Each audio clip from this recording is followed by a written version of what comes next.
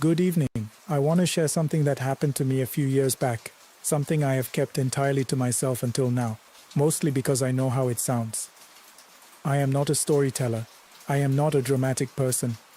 My ex-wife used to joke that I was the most boring man she had ever loved, and she was probably right.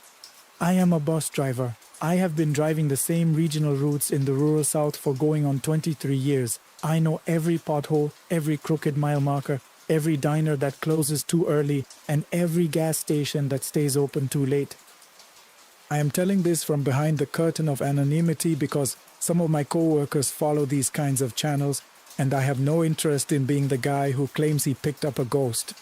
I have a retirement to think about, but I also believe that what happened to me deserves to be heard, if only because of what it meant to someone else, someone very real, very alive, who needed to hear something she had been waiting 15 years to receive. So here it is. It was the second week of October, a Tuesday, and I was running the Route 7 Evening Express, a meandering line that starts in Hattiesburg, cuts through 4 small towns, and ends in a place called Waynesboro, Mississippi, just before midnight. It is not a glamorous route. Half the seats are empty most nights, and on weekdays in the off-season, I am lucky to carry 8 or 10 passengers total. The road passes through long stretches of pine forest, and in autumn, when the fog comes in off the creek bottoms, the headlights of the bus barely cut 20 feet ahead of you. You learn to drive by instinct out there. You learn to trust the painted lines even when you cannot see them. I had picked up my last scheduled passengers in a town called Prentice, which is about 40 miles from the Waynesboro terminal. There were 4 of them, 2 young men who fell asleep immediately, a teenager with headphones who never looked up from her phone, and a heavy-set man in a postal service jacket who smelled strongly of cigarette smoke. After Prentice, the road narrows and the towns disappear. There are no more scheduled stops until Waynesboro, and in all my years on that route, I had never once picked anyone up between those 2 points, not because the regulations forbid it, but because there is simply nothing out there. No houses visible from the road, no gas stations, nothing but trees and the occasional dirt road cutting off into darkness. This is why what happened next surprised me the way it did. About 18 miles past Prentice, I saw a figure standing at the edge of the road. I almost did not register it at first. My mind was elsewhere. I was thinking about whether I had remembered to leave the porch light on at home, and the fog was thick that night. But then the figure raised a hand very slowly, and I saw that it was a woman, an older woman from what I could tell, in a pale coat. She was standing in a spot where there was a very slight widening of the shoulder, as if that particular stretch of road had once had a bus stop that had long since been removed. I slowed the bus. I know the regulations. I know that stopping outside of scheduled points is a gray area, and that my company frowns on it. But it was past 10 o'clock on a Tuesday night, and there was a woman standing alone on the side of a dark highway in the middle of the woods, and the temperature had dropped into the low 50s. I did not consider my options for very long. I opened the door. She climbed the steps carefully, one at a time, holding the rail with both hands. She was older than I had initially thought, perhaps late 70s, with white hair cut short and a pair of glasses on a beaded chain around her neck. She wore the pale coat, which I now saw was a cream-colored wool, and she carried a small purse and nothing else, no luggage, no bag. She smiled at me when she reached the top of the steps. "Thank you, honey," she said. "I wasn't sure anyone would stop." "You all right, ma'am?" I asked. "Oh, I'm just fine," she said pleasantly. "I'm trying to get to Waynesboro. My daughter lives there. I promised her I'd come by tonight." I told her the fare, and she dug around in her purse for a moment and produced the exact change, which she counted out into my palm, very carefully, quarters and dimes, the way older people sometimes pay. I closed the door and pulled back onto the road. In the mirror, I watched her make her way to a seat about 4 rows back, on the right side, by the window. She settled in, smoothed her coat across her lap, and looked out at the darkness passing by. For the first few miles, she said nothing, and I said nothing. That is normal. That is how most passengers are. But somewhere around the 12-mile mark, she spoke up, loud enough for me to hear over the engine. "You've been driving this road a long time," she said. It was not a question. 23 years, I said. "You must know it by heart." "Just about." She was quiet for a moment. Then she said, "Do you like it, driving at night?" I thought about it honestly. "Some nights," I said, "when the road is clear and it's quiet, there's something peaceful about it, just you and the road." "I imagine so," she said. She asked me if I had family, and I told her about my 2 daughters, one in Biloxi, one in Atlanta, and about my grandchild who had just started walking. She listened carefully, the way people who are genuinely interested in others listen, nodding even though she was behind me, and I could only see her in the mirror. When I finished, she smiled. "A grandfather," she said. "That's a good thing to be." "Yes, ma'am," I agreed. She told me a little about herself without my asking. She said her name was Margaret Maggie, she said. Most people called her Maggie, and that she had lived most of her life in a small town outside of Brookhaven. She mentioned a husband who had passed some years ago, a garden she was proud of, and her daughter in Waynesboro. She spoke about the daughter the way people speak about someone they love very much, but have not seen in a while, with a kind of tender, aching quality, like pressing gently on a bruise. "It's been too long since I've seen her," she said. "I keep meaning to go, and then one thing or another gets in the way. You know how it is. You think you have all the time in the world, and then you turn around and years have gone by." "Yes, ma'am," I said. "I know exactly how that is." "Tell your daughters you love them," she said. "Don't wait for a reason, just tell them." "I will," I said. About 5 miles outside of Waynesboro, she spoke again. She said her daughter's name was Claire, and that she lived on Elm Street, near the old water tower. She mentioned it almost as if she were reminding herself, murmuring the address like a small prayer, the way you recite directions when you're worried about forgetting them. And then she said something that I have turned over in my mind many times since. "I just need her to know I'm all right," she said. "That's all. I just need her to know." I thought it was an odd thing to say.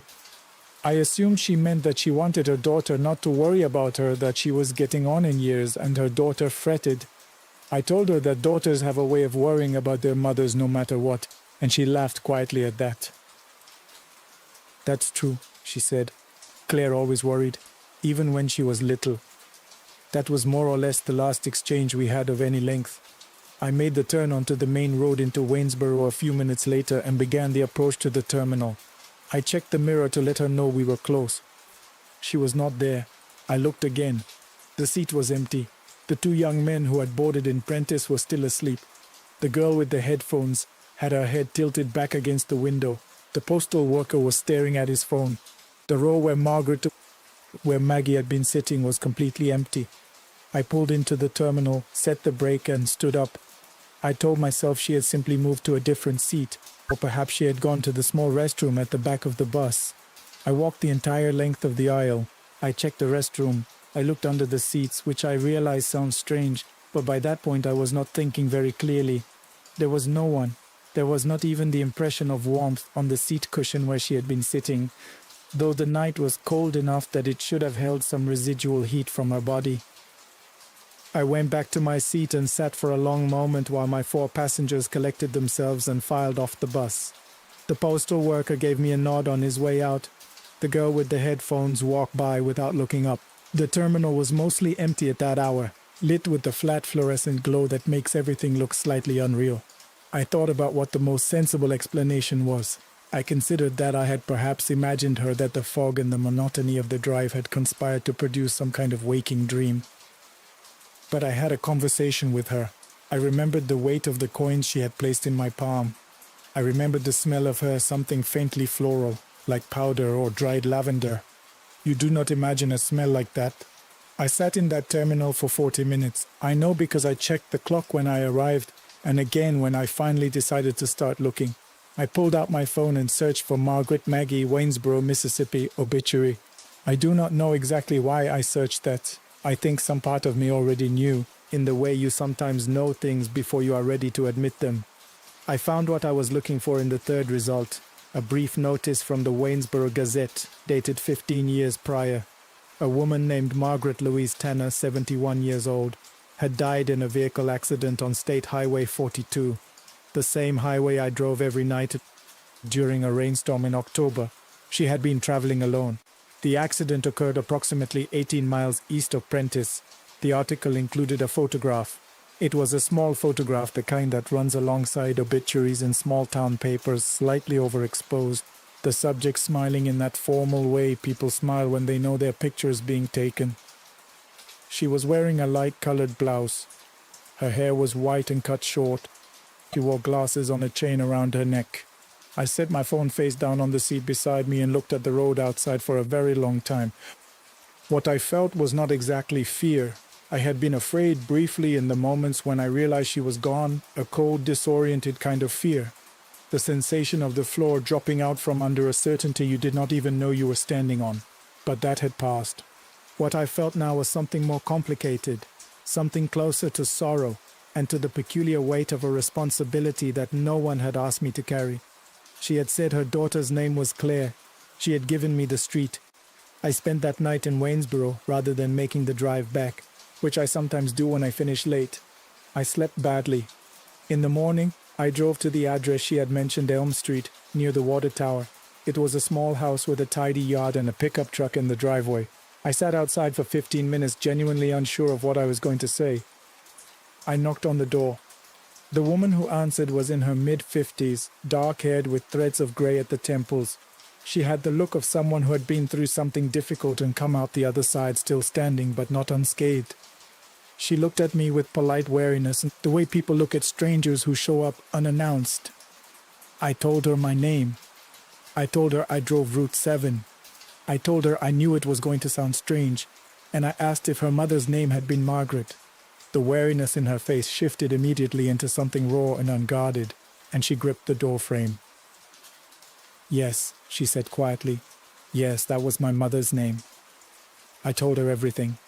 I stood there on her porch and went through it all, from the figure on the side of the road to the conversation, to the empty seat, to the obituary. I told her about the coins counted out carefully into my palm. I told her about the lavender smell. She listened without interrupting, and her eyes were bright and wet, though she did not cry, not right then. When I finished, she was quiet for a moment. Then she asked me, "Did she say anything at the end? Did she say anything else before she was gone?" I thought about it. I told her what Margaret had said as precisely as I could remember it. "I just need her to know I'm all right, that's all. I just need her to know." Something in Claire's face came undone, quietly and completely, like a knot finally releasing. She pressed a hand to her mouth for a moment.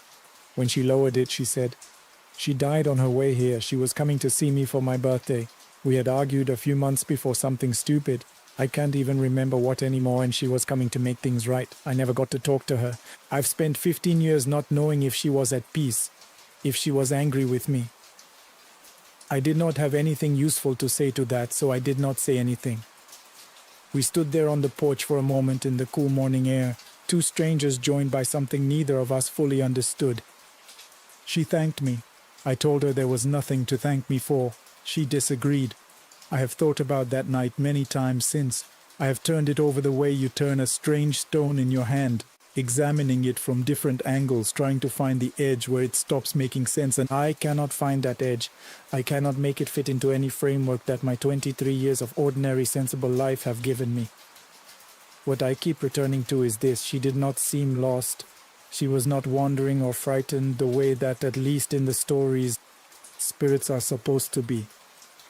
She seemed, if anything, purposeful. She knew where she was going. She had been trying to get there for 15 years, and on one October night, by some convergence of fog and loneliness and an old bus driver who stops when he should not, she finally did.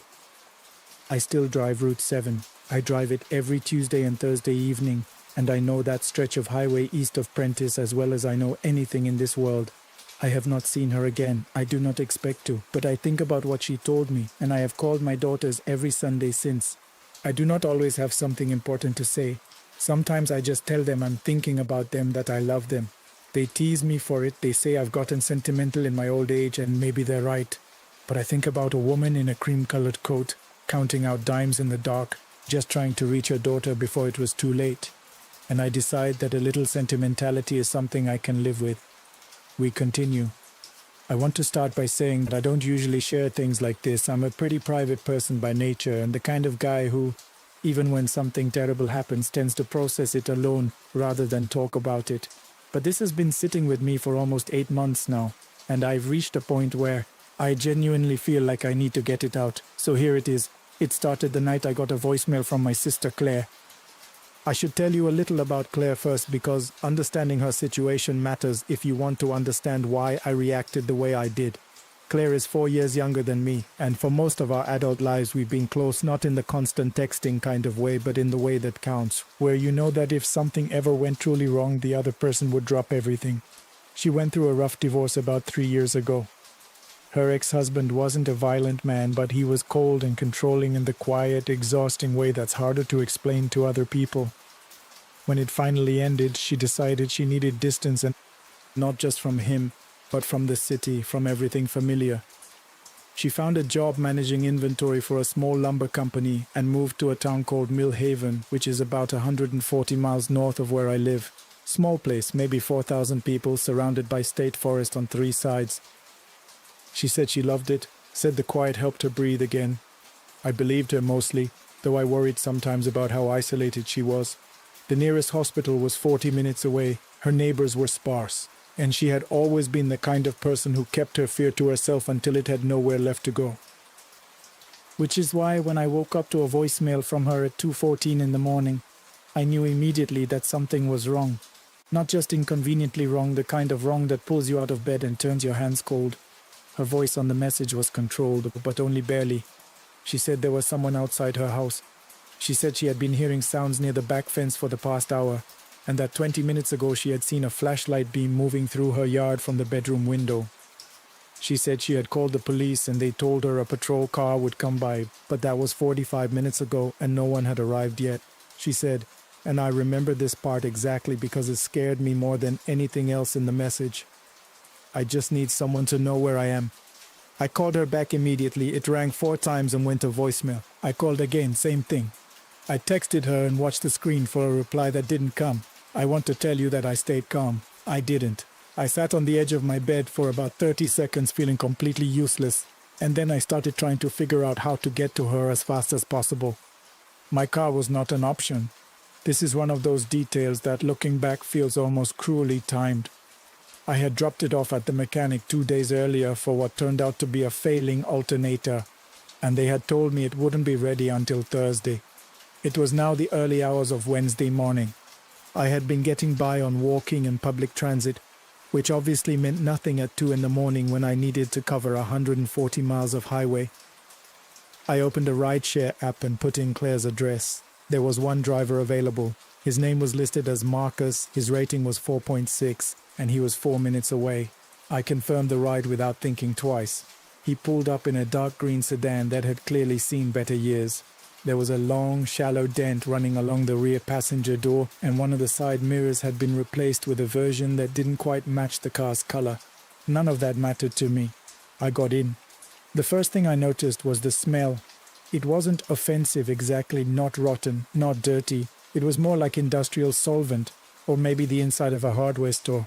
Sharp and chemical with something underneath it that I couldn't quite name. It reminded me of the smell in my grandfather's workshop when I was a child. That particular combination of machine oil and sawdust and something older.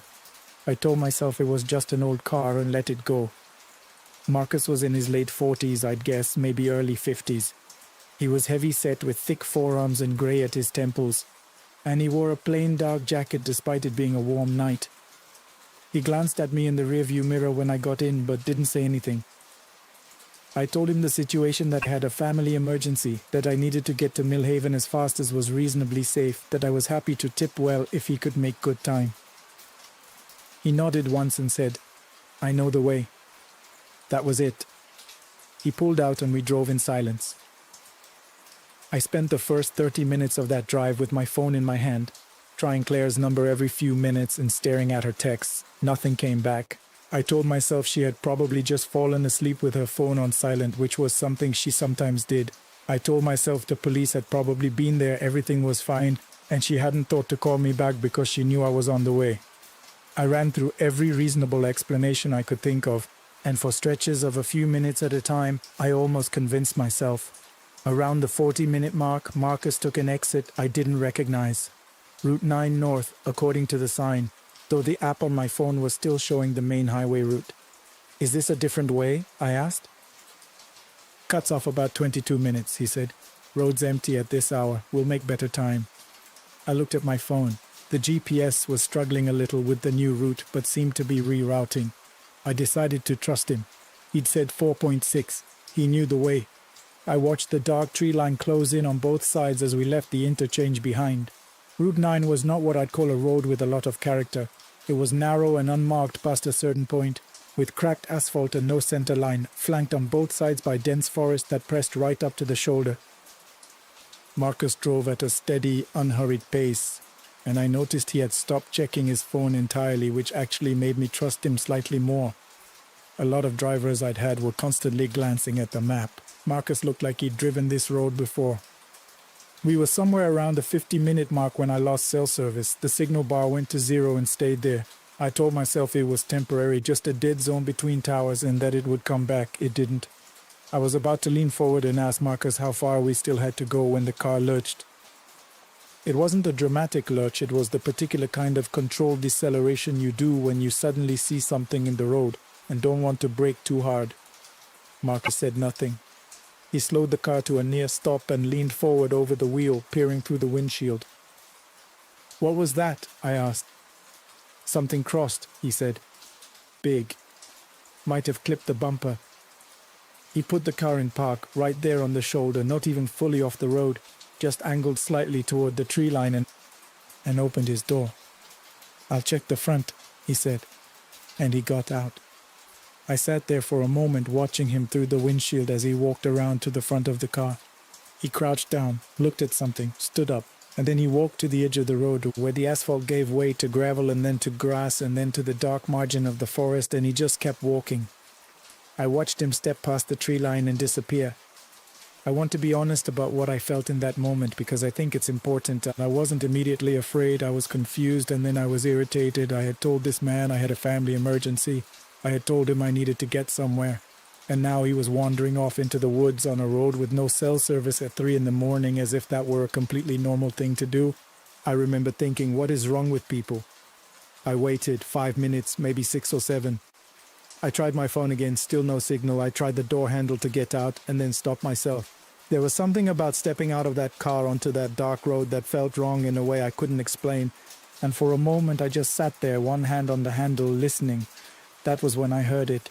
Not a dramatic sound, not a howl or a scream. Just a low, rhythmic sound from somewhere off to the left in the tree line, almost like breathing, but too slow, too measured, like something very large and very patient, just waiting. I want to be clear, I am not a dramatic person. I do not spook easily. I have gone camping alone. I have driven through bad neighborhoods at night. I have had experiences that should have frightened me more than they did. But whatever made that sound sent something cold and animal through my chest that I have no rational explanation for, and I found myself thinking with absolute clarity that I needed to find Marcus and get back in this car as fast as possible. I got out. The night was warm, but I felt cold anyway. There was no moon visible, just cloud cover that turned the sky a flat, lightless grey. The forest on both sides of the road was just a black wall. I turned on my phone's flashlight and aimed it toward the tree line where Marcus had disappeared. There was a gap in the underbrush, not quite a path, but the suggestion of one, as if something had moved through that space repeatedly over time. Branches pushed back, undergrowth trampled flat. I called Marcus's name once, quietly, no answer, and I went in. The trees were old growth, the kind with trunks too wide to wrap your arms around, and they shut out what little ambient light the cloud-covered sky had offered. My flashlight made a circle of about 10 feet ahead of me, and that was all I had. The ground underfoot was soft and uneven, and twice I stumbled on roots I hadn't seen. I want to describe what it smelled like in there because it matters. The same chemical smell from the car, but stronger. And underneath it, something organic, something damp and animal that I couldn't place. And something else underneath that, something older, the smell like nothing I have a name for and that I hope I never smell again. The path, and at this point it had become genuinely path-like, opened up after about 3 minutes of walking into a clearing, and in the clearing was a structure. It had clearly once been a building of some kind, stone foundation mostly collapsed, with partial walls still standing in 2 or 3 places. There was an intact roof section on one corner, low and heavy, supported by what looked like newer timber that someone had added more recently. The original structure could have been 100 years old. The additions looked recent, within the last decade, maybe less. There were things on the ground around the structure. I didn't look at them closely, I didn't want to. I will say there were bones, some of them large, and that they had clearly been there long enough to be past fresh, but not long enough to have scattered. and there was a smell coming from the covered section of the structure, that same deep, organic smell, much stronger here, and a low sound that I felt more in my sternum than heard with my ears. I stood at the edge of the clearing and I did not move. I am not sure how long I stood there. It might have been 10 seconds. It felt like 3 minutes. And then a hand came down hard on my shoulder from behind, and I bit back a shout that would have been embarrassing to describe, and Marcus's voice, very low and very close to my ear, said, "We need to go, right now. Don't run yet. Walk, don't make noise, walk." I walked. He was right behind me, one hand still on my shoulder, steering me back toward the gap in the trees. I could hear something moving in the structure behind us, something that sounded too heavy for the space it was in, and then something that sounded like it was no longer in the structure. "Now run," Marcus said. "I have not run like that since I was a kid. I ran with no regard for the roots or the dark or anything else, just the narrow beam of my flashlight bouncing ahead of me and the sound of Marcus's feet behind me, and, further back, something else. A sound I will not try to describe precisely because I don't think I can do it accurately, and I think the imprecision would make it sound less frightening than it was. Something was coming through those trees in a way that did not sound like anything I recognized. We broke out of the tree line and hit the road, and Marcus ran past me to the driver's side door and wrenched it open, and I got into the back seat and pulled the door shut so hard the whole car shook. Marcus's keys weren't in the ignition. He was patting his pockets with both hands, and I could see his jaw was tight and his eyes were very bright. I looked out the back window and saw nothing, just dark. The keys finally appeared from his jacket's inner pocket, and he got them in the ignition on the second try, and the engine turned over and he pulled onto the road and accelerated hard. We drove for several minutes in complete silence before either of us spoke. "Are you okay?" I asked, which was not the question I actually wanted to ask, but seemed like the right place to start. He nodded. His hands on the wheel were steady, which surprised me because mine were not. "What was that?" I said. He was quiet for a moment. When he spoke, he didn't look at me in the mirror. He kept his eyes on the road. "My brother disappeared out here," he said. 9 years ago this October. He was doing a solo hiking trip through the state forest. He was experienced, he'd done it a dozen times. He never came home. They searched for 11 days and found nothing. Not equipment, not clothing, not anything. Just gone." I waited. He continued. "I drive Route 9 sometimes, not always, maybe a few times a year. There's a point back there where I always slow down. I don't really know why anymore. It became a habit. Tonight I thought I saw a light in the trees, just for a second. I thought..." He stopped. "I thought it might be something, some evidence, something I'd missed. I've been over every public record about his disappearance. I've talked to the ranger station, to the county sheriff's department, to 2 private investigators over the years. Nobody found anything. And tonight I saw a light and I thought I had to stop." He was quiet for another few seconds. "I'm sorry," he said. "I know what you're going to say, and you're right. You told me you had a family emergency. I had no business stopping. I have no excuse for it."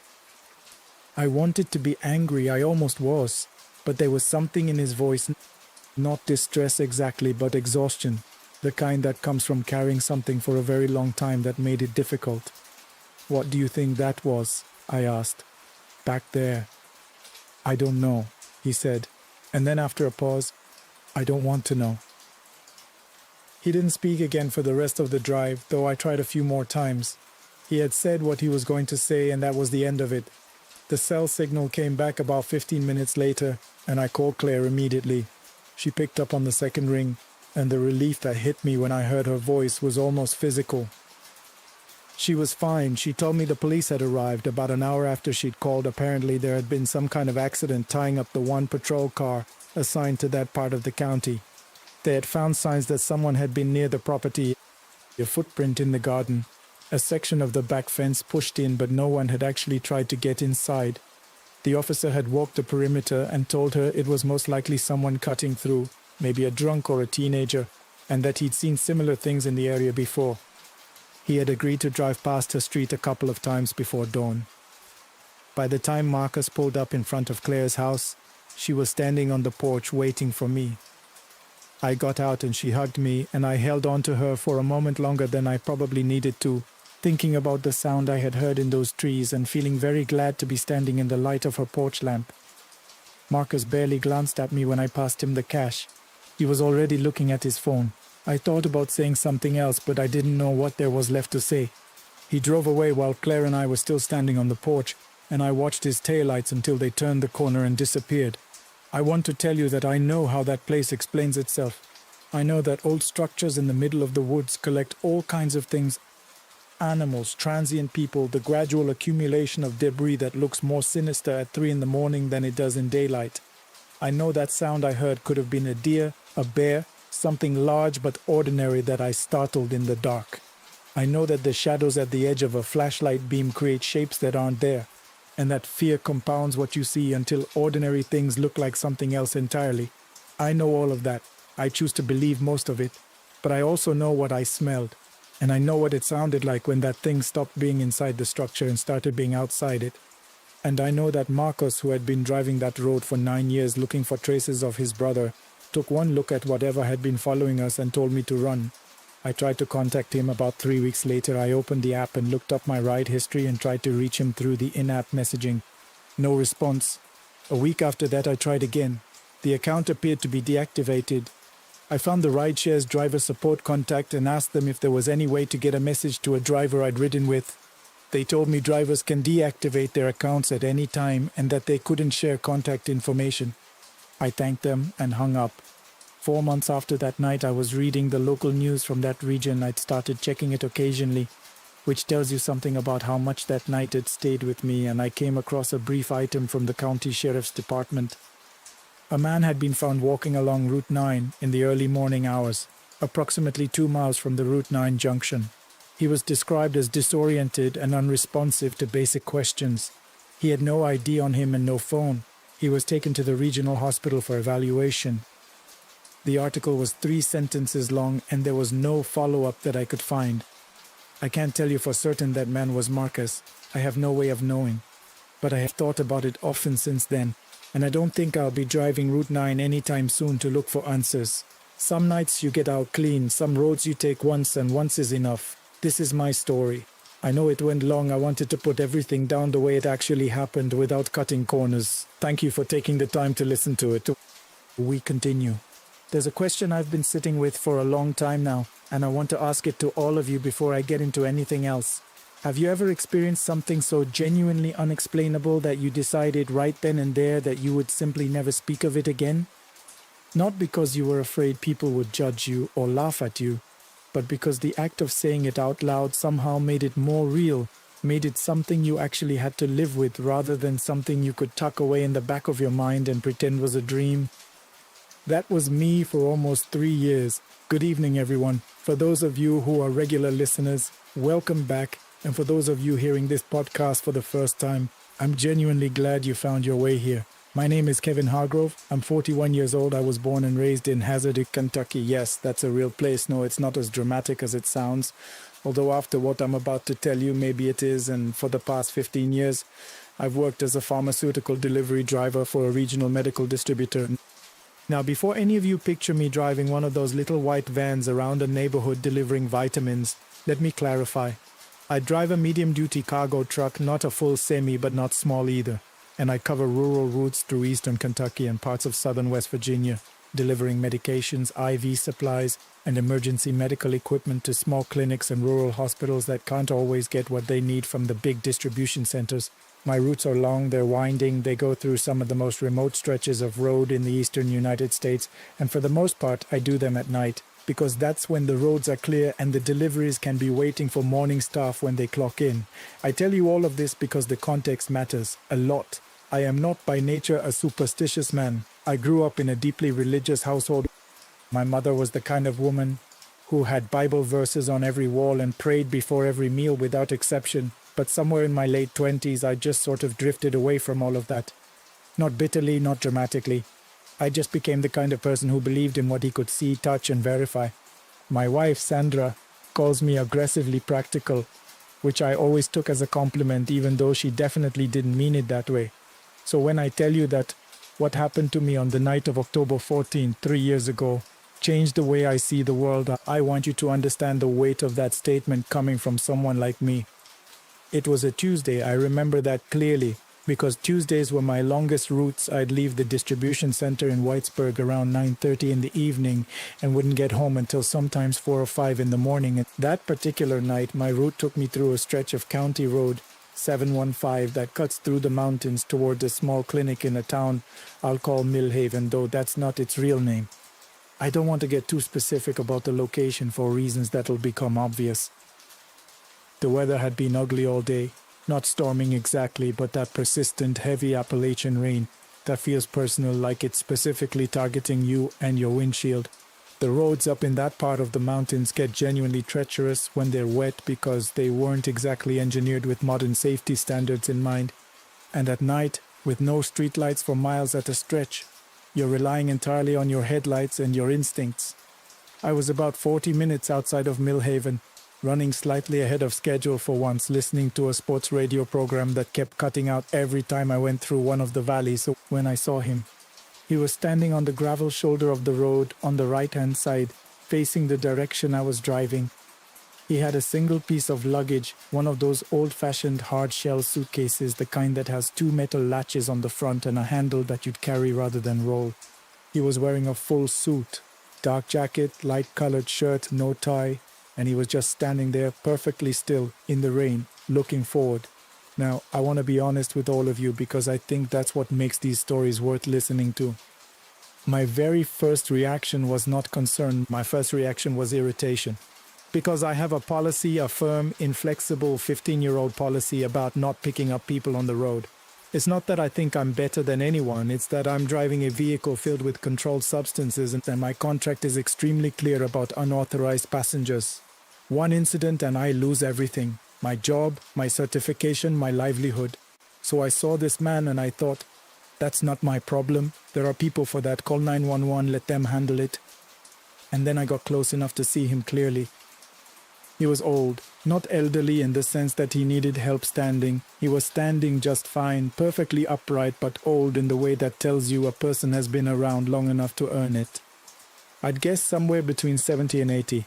He had a full head of white hair, neat despite the rain, and an expression on his face that I can only describe as patient. Not desperate, not panicked, patient, like a man who had been waiting for something he was completely certain was going to arrive. Something about that expression made me slow down. I want to be clear. I did not intend to stop. I genuinely intended to drive past and call it into the county non-emergency line. Let them know there was an elderly man stranded on 715. That was my plan. And then, before I had consciously made any decision, I found that I had already pulled over and rolled down my window. He walked up to the passenger side without being invited, which should have been strange, but somehow wasn't. Up close, his face was calm in a way that almost felt deliberate, like he was managing his expression with precision. He had dark eyes, darker than you'd expect on a man with white hair. And when he looked at me, it felt less like being seen and more like being read. "I appreciate you stopping," he said. His voice was low and clear, no wavering that you'd expect from an old man who'd been standing in the cold rain. He had a slight accent I couldn't quite place, not quite southern, not quite anything. "I wonder if you might take me as far as you're going tonight." "I'm heading to Millhaven," I said, which was the first time in 15 years I had voluntarily disclosed my route to a stranger. I still don't entirely understand why I said it. "That would suit me just fine," he said, and I let him in. His name, he told me, was August. No last name offered, and I didn't push. He set his suitcase between his feet, buckled his seatbelt with the careful precision of a man who does everything carefully, and settled into the seat in a way that suggested he was comfortable, but not intrusive. He didn't immediately start talking, which I appreciated. He just looked ahead at the rain-soaked road the same way I did. We drove in silence for maybe 4 or 5 minutes before he said quietly, "Your daughter started at a new school this year, didn't she?" I looked at him. It wasn't a question. It was a statement. And it was correct. My daughter Lily had transferred to a different middle school in September after we moved across the county line over the summer. "I don't recall mentioning that," I said. "You didn't," he agreed pleasantly, as though this was not at all a strange thing to acknowledge. I'll be honest, my first instinct was not fear. It was the aggressively practical part of my brain kicking in with explanations. Maybe I had said something. Maybe I'd been talking to myself and hadn't realized it. I do that sometimes on long drives. Maybe he'd overheard something. Maybe he was simply guessing lots of men my age have kids who change schools. I talked myself out of the unease. That is probably the most human thing I've ever done, and also possibly the dumbest. He was good at conversation. That's the thing I keep coming back to when I think about August. He wasn't weird or intense or off-putting the way you might expect from a stranger who'd just said something unexplainable. He was warm, actually. He asked about my route, seemed genuinely curious about the logistics of pharmaceutical delivery, made a dry observation about the irony of medicine having to travel so far to reach the people who needed it most. And I found myself thinking, this is a smart man, an interesting man. Whoever he is, whatever he's doing out here, he's not a threat.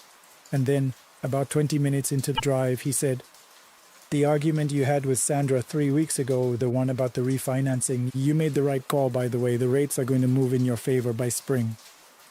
I did not talk myself out of it that time. My hands tightened on the steering wheel. Sandra and I had had exactly one real argument in the past 2 months, and it was about whether to refinance our mortgage. It was a private conversation, a genuinely private conversation that took place in our kitchen at 11 o'clock at night with no one else in the house. There was no version of reality in which this man, this stranger I had picked up on a mountain road, should have known about it. "Who are you?" I asked. My voice came out steadier than I felt. "I told you," he said, untroubled. "August. That's not what I mean, and you know it." He turned to look at me, and in the glow of the dashboard lights his expression was... And I've thought about this 100 times since. Kind. Genuinely kind. Not smug, not threatening. Kind. "Some people can see me," he said, "and some cannot. Most cannot. You can. And that's the reason I've been waiting on that road tonight." My phone rang. I almost didn't answer it, but the screen said Sandra, and something made me pick it up. "Hey," I said carefully. "Hey, you okay?" Her voice had that specific quality it gets when she's trying not to sound worried and failing. "I just had this feeling. I know that sounds crazy." "I'm fine," I said. "I picked up a hitchhiker, actually, older gentleman stranded on 715. There was a pause. "What hitchhiker?" she said. "Baby, I'm looking at the Life 360 right now. You're on 715, yeah, but it's just showing you. The passenger indicator isn't..." I looked at the seat next to me. August was still there, looking forward at the road, still perfectly present, still completely real. I could see the rain drying on the lapels of his jacket. For God's sake. "I have to call you back," I said, and I hung up. Neither of us spoke for a moment. The wipers moved back and forth. The rain kept up its quiet, relentless percussion on the roof of the cab. "I'm not going to hurt you," August said simply, and as though this were a reasonable thing to need to clarify, and he understood completely why I might need to hear it. "I'm not capable of that. I want to be very honest with you about that." "Then what do you want?" I asked. My voice was embarrassingly thin. "There's a bridge ahead of you," he said. "About 2 miles up. You've crossed it dozens of times." I knew the one. It crosses a tributary of the Cumberland River, an old concrete span that the county had been allegedly planning to repair for about 6 years. In daylight it looked fine. In the dark and the rain, you trusted it because you always had. "The eastern railing," August said, "has been compromised. A logging truck clipped it 11 days ago, and the report was filed but not yet addressed. The damage isn't visible from the road surface. But if you take that bridge tonight at your normal speed in these conditions and something unexpected happens, if you have to correct suddenly, the railing will not hold." My mouth was completely dry. "How do you..." "Take Spur Road 9 off to the left, about a mile before the bridge," he said. "It adds 40 minutes, but you'll get where you're going." I stared ahead at the darkness. 40 minutes. I was already ahead of schedule. My mind was running through every possible explanation, simultaneously elaborate hoax, medical emergency causing hallucinations, some kind of breakdown, but none of them were sticking. None of them accounted for Sandra's name, for Lily's school, for the refinancing conversation in our kitchen at 11 at night. I picked up my phone and called the Letcher County Sheriff's non-emergency line. The deputy who answered sounded tired and mildly annoyed until I mentioned the bridge on 715, and then his voice changed. "How did you hear about that?" he said. "Someone told me," I said. "We have a report on that, yes sir. It's in the queue. It hasn't been addressed yet. We're recommending alternate routing to anyone who calls in, but we haven't been able to get signs out there tonight with the..." "Thank you," I said, and I ended the call. I took Spur Road 9. It was exactly as unpleasant as you'd expect, a narrow, unpaved road through the mountain that added exactly 43 minutes to my trip and made me genuinely concerned at two separate moments about whether I was going to get the truck stuck in the mud. But I made it to Millhaven. I unloaded the delivery. The night shift coordinator at the clinic, a young woman named Patricia, who always had enormous amounts of energy for 2 in the morning, signed for everything without incident. When I got back to the truck, the passenger seat was empty. I hadn't heard a door, I hadn't heard anything. The seatbelt was buckled the way he had left it. There was no wet imprint on the seat from his rain-damp clothing. There was nothing to indicate that anyone had ever sat there at all. I drove home. I didn't tell Sandra what had happened that night, not because I didn't trust her, but because I genuinely didn't know how to begin. I'm the aggressively practical one. I'm the person who rolls his eyes affectionately at her ghost shows and her true crime podcasts and her cousin who claims to have seen something in the woods behind his property in Pike County. I didn't have a framework for what had happened to me, and I wasn't ready to build one. 3 days later, I found a local news item, small piece, buried. A freight hauler had gone through the eastern railing of the bridge on 715 in the early hours of a Wednesday morning, the morning after I had driven that route. The driver survived. The river at that spot is shallow, and he was fortunate in his injuries. The article described the railing failure as a result of pre-existing structural damage. I read that article 4 times. I've thought about August a great deal since that night. I've thought about what he was, about whether what I experienced was real in the conventional sense or real in some other sense that I don't have language for yet. I've thought about the fact that he knew things he had no way of knowing, and I've thought about the fact that he used all of that knowledge not to frighten me or control me, but to keep me from driving off a mountain road into a river. Whatever August was, he was not there to harm me. I'm certain of that in a way I can't fully explain, and I've stopped trying to. What I can tell you is this: I still drive that route. I crossed the repaired bridge for the first time about 2 months after that night in daylight, and I felt, I don't know how to describe it, accompanied. Like something was watching over that stretch of road. Not in a threatening way, in the way you feel when you know, without being able to prove it, that you are not entirely alone. I've never seen August again, but I've started paying more attention on dark roads. I slow down when something feels off. I've filed 2 separate non-emergency reports about road conditions in the past 3 years, both times about things I noticed and couldn't quite articulate but couldn't ignore either. One of them turned out to be nothing. The other one turned out to be a sinkhole that was just beginning to form under a section of pavement on Route 23, and the county got to it before anyone drove through it. My mother, when I finally told her the story about 8 months after it happened, said without any hesitation, "That was your guardian, Kevin. Some people get to meet theirs." I said, "Mom, I don't believe in that." And she said, "I know, sweetheart. And yet, I don't know what I believe now. I'm not ready to call myself a converted man, and I don't think August would want me to make too much of it. He didn't seem like the type for grand pronouncements. He seemed like the type to sit quietly in a passenger seat in the rain, deliver the information that needed delivering, and disappear without asking for anything in return. But I'll tell you what I've landed on for now, in the absence of anything more certain. I used to think that the most frightening things in this world were the things that couldn't be explained. I don't think that anymore. The most frightening things are the explained ones, the structural reports that sit unaddressed in a queue, the bridges that get clipped by logging trucks and left for spring, the slow accumulation of ordinary failures that become emergencies. August wasn't the frightening thing that night. The bridge was. He was the reason I'm here telling you about it. We continue. My name is Kevin Hart. I'm 29 years old, and I've been working as a paramedic for the past 6 years. I know what you're thinking, that's young to have been doing this job for that long. And you're right. I started training right out of high school because I always knew this was what I wanted to do. Helping people in their worst moments, being the person who shows up when no one else can. That felt like something worth doing with my life, and for the most part I still believe that. But there are nights that test you in ways that have nothing to do with the job description, and what I experienced on Route 9 last October is something I've spent every day since trying to make sense of. I haven't been able to. Maybe telling it out loud will help, probably not, but here it is. That particular shift had been one of the hardest I can remember. 24 hours, which is standard for us, but the calls we ran that day were not standard in any sense of the word. I won't go into details out of respect for the families involved, but I'll tell you this much. We lost someone.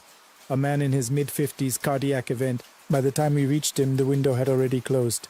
My partner Deshawn handled it the way experienced people learn to handle those things. He went quiet for a while, then he moved on. I've never been able to do that as cleanly as he does. I carry things. By the time my shift ended at 6 in the morning, I felt like someone had filled my chest cavity with wet cement. I live about 45 minutes from the station, and the drive home takes me through a stretch of rural highway that I've always liked, open fields on both sides, almost no traffic at that hour, just long straight road, and the sky getting lighter by degrees. On good days, that drive feels like decompression, a buffer zone between the job and being a normal person. That morning, I needed it badly. I had my window cracked even though it was cold, somewhere around 40 degrees outside. But the cold air was keeping me alert, and the last thing I wanted was to fall asleep at the wheel. The radio was playing something low, I don't even remember what, just noise to fill the silence. I was maybe 20 minutes from home when my phone rang. I almost didn't answer. It was an unknown number, and at 6:15 in the morning, unknown numbers are almost never good news. But something made me pick it up. If you've ever worked in emergency services, you probably understand that instinct, the reflex that makes it impossible to ignore a call even off the clock. "Hello?" I said. The voice on the other end was a woman's. She sounded young, maybe early 30s, and she was trying very hard to sound calm. I could hear it, that specific kind of controlled breathing people do when they're terrified and trying not to completely fall apart. I know that breathing. I've heard it hundreds of times in the back of an ambulance. "I'm so sorry to bother you," she said. "I found this number. I don't know. I just found it. I'm sorry. We've been in an accident. My husband is not responding and I can't get anyone to stop. Please, we're on Route 9 past the grain elevator. There's a tree with a yellow reflector on it. We went off the road just past that. Please." "Mom," I said, already slowing down, "I need you to stay on the line with me. Is your husband breathing?" There was a pause that lasted just a beat too long. "I don't know," she said quietly. "I'm scared to check." "Okay, I'm a paramedic. I'm turning around right now. What's your name?" "Claire," she said. "Please hurry. I think it's been a while." Nobody stopped. I had already pulled a U-turn on the empty highway. My training kicked in the way it always does, clinical, systematic, the personal feelings sliding into a back compartment to be dealt with later. I told Claire to keep talking to me, to tell me if anything changed with her husband, to stay as still as possible if she thought she might be injured. She answered in short, quiet sentences. Her voice never broke, but I could hear how much effort that was costing her. I asked her again about the yellow reflector on the tree. She confirmed it.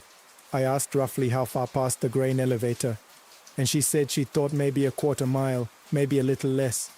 I knew Route 9 reasonably well. I'd driven it hundreds of times.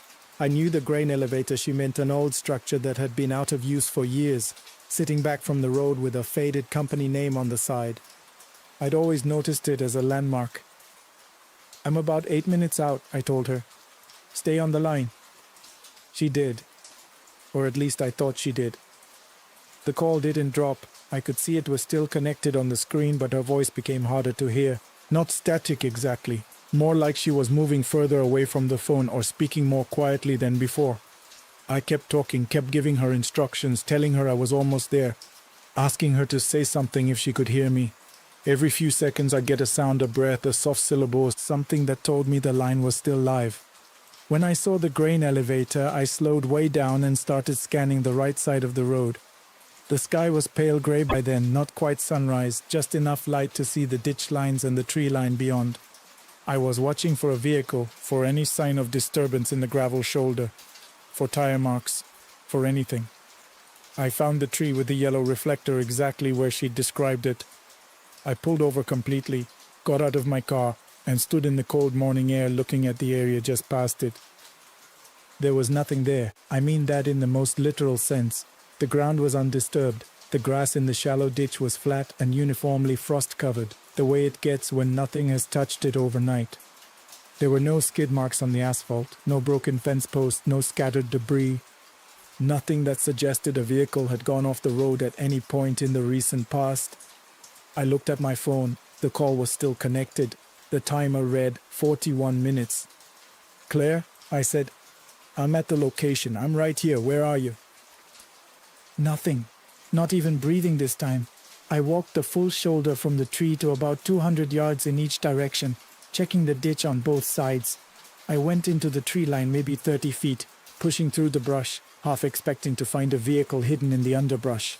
My shoes were soaked through, my hands were numb. I found nothing, not a tire track, not a piece of broken glass, not a single indicator that anything had happened here. I called 911. I felt somewhat ridiculous doing it, I'll be honest with you. I'm a paramedic. I spend my working life on the other end of that line, but I didn't know what else to do.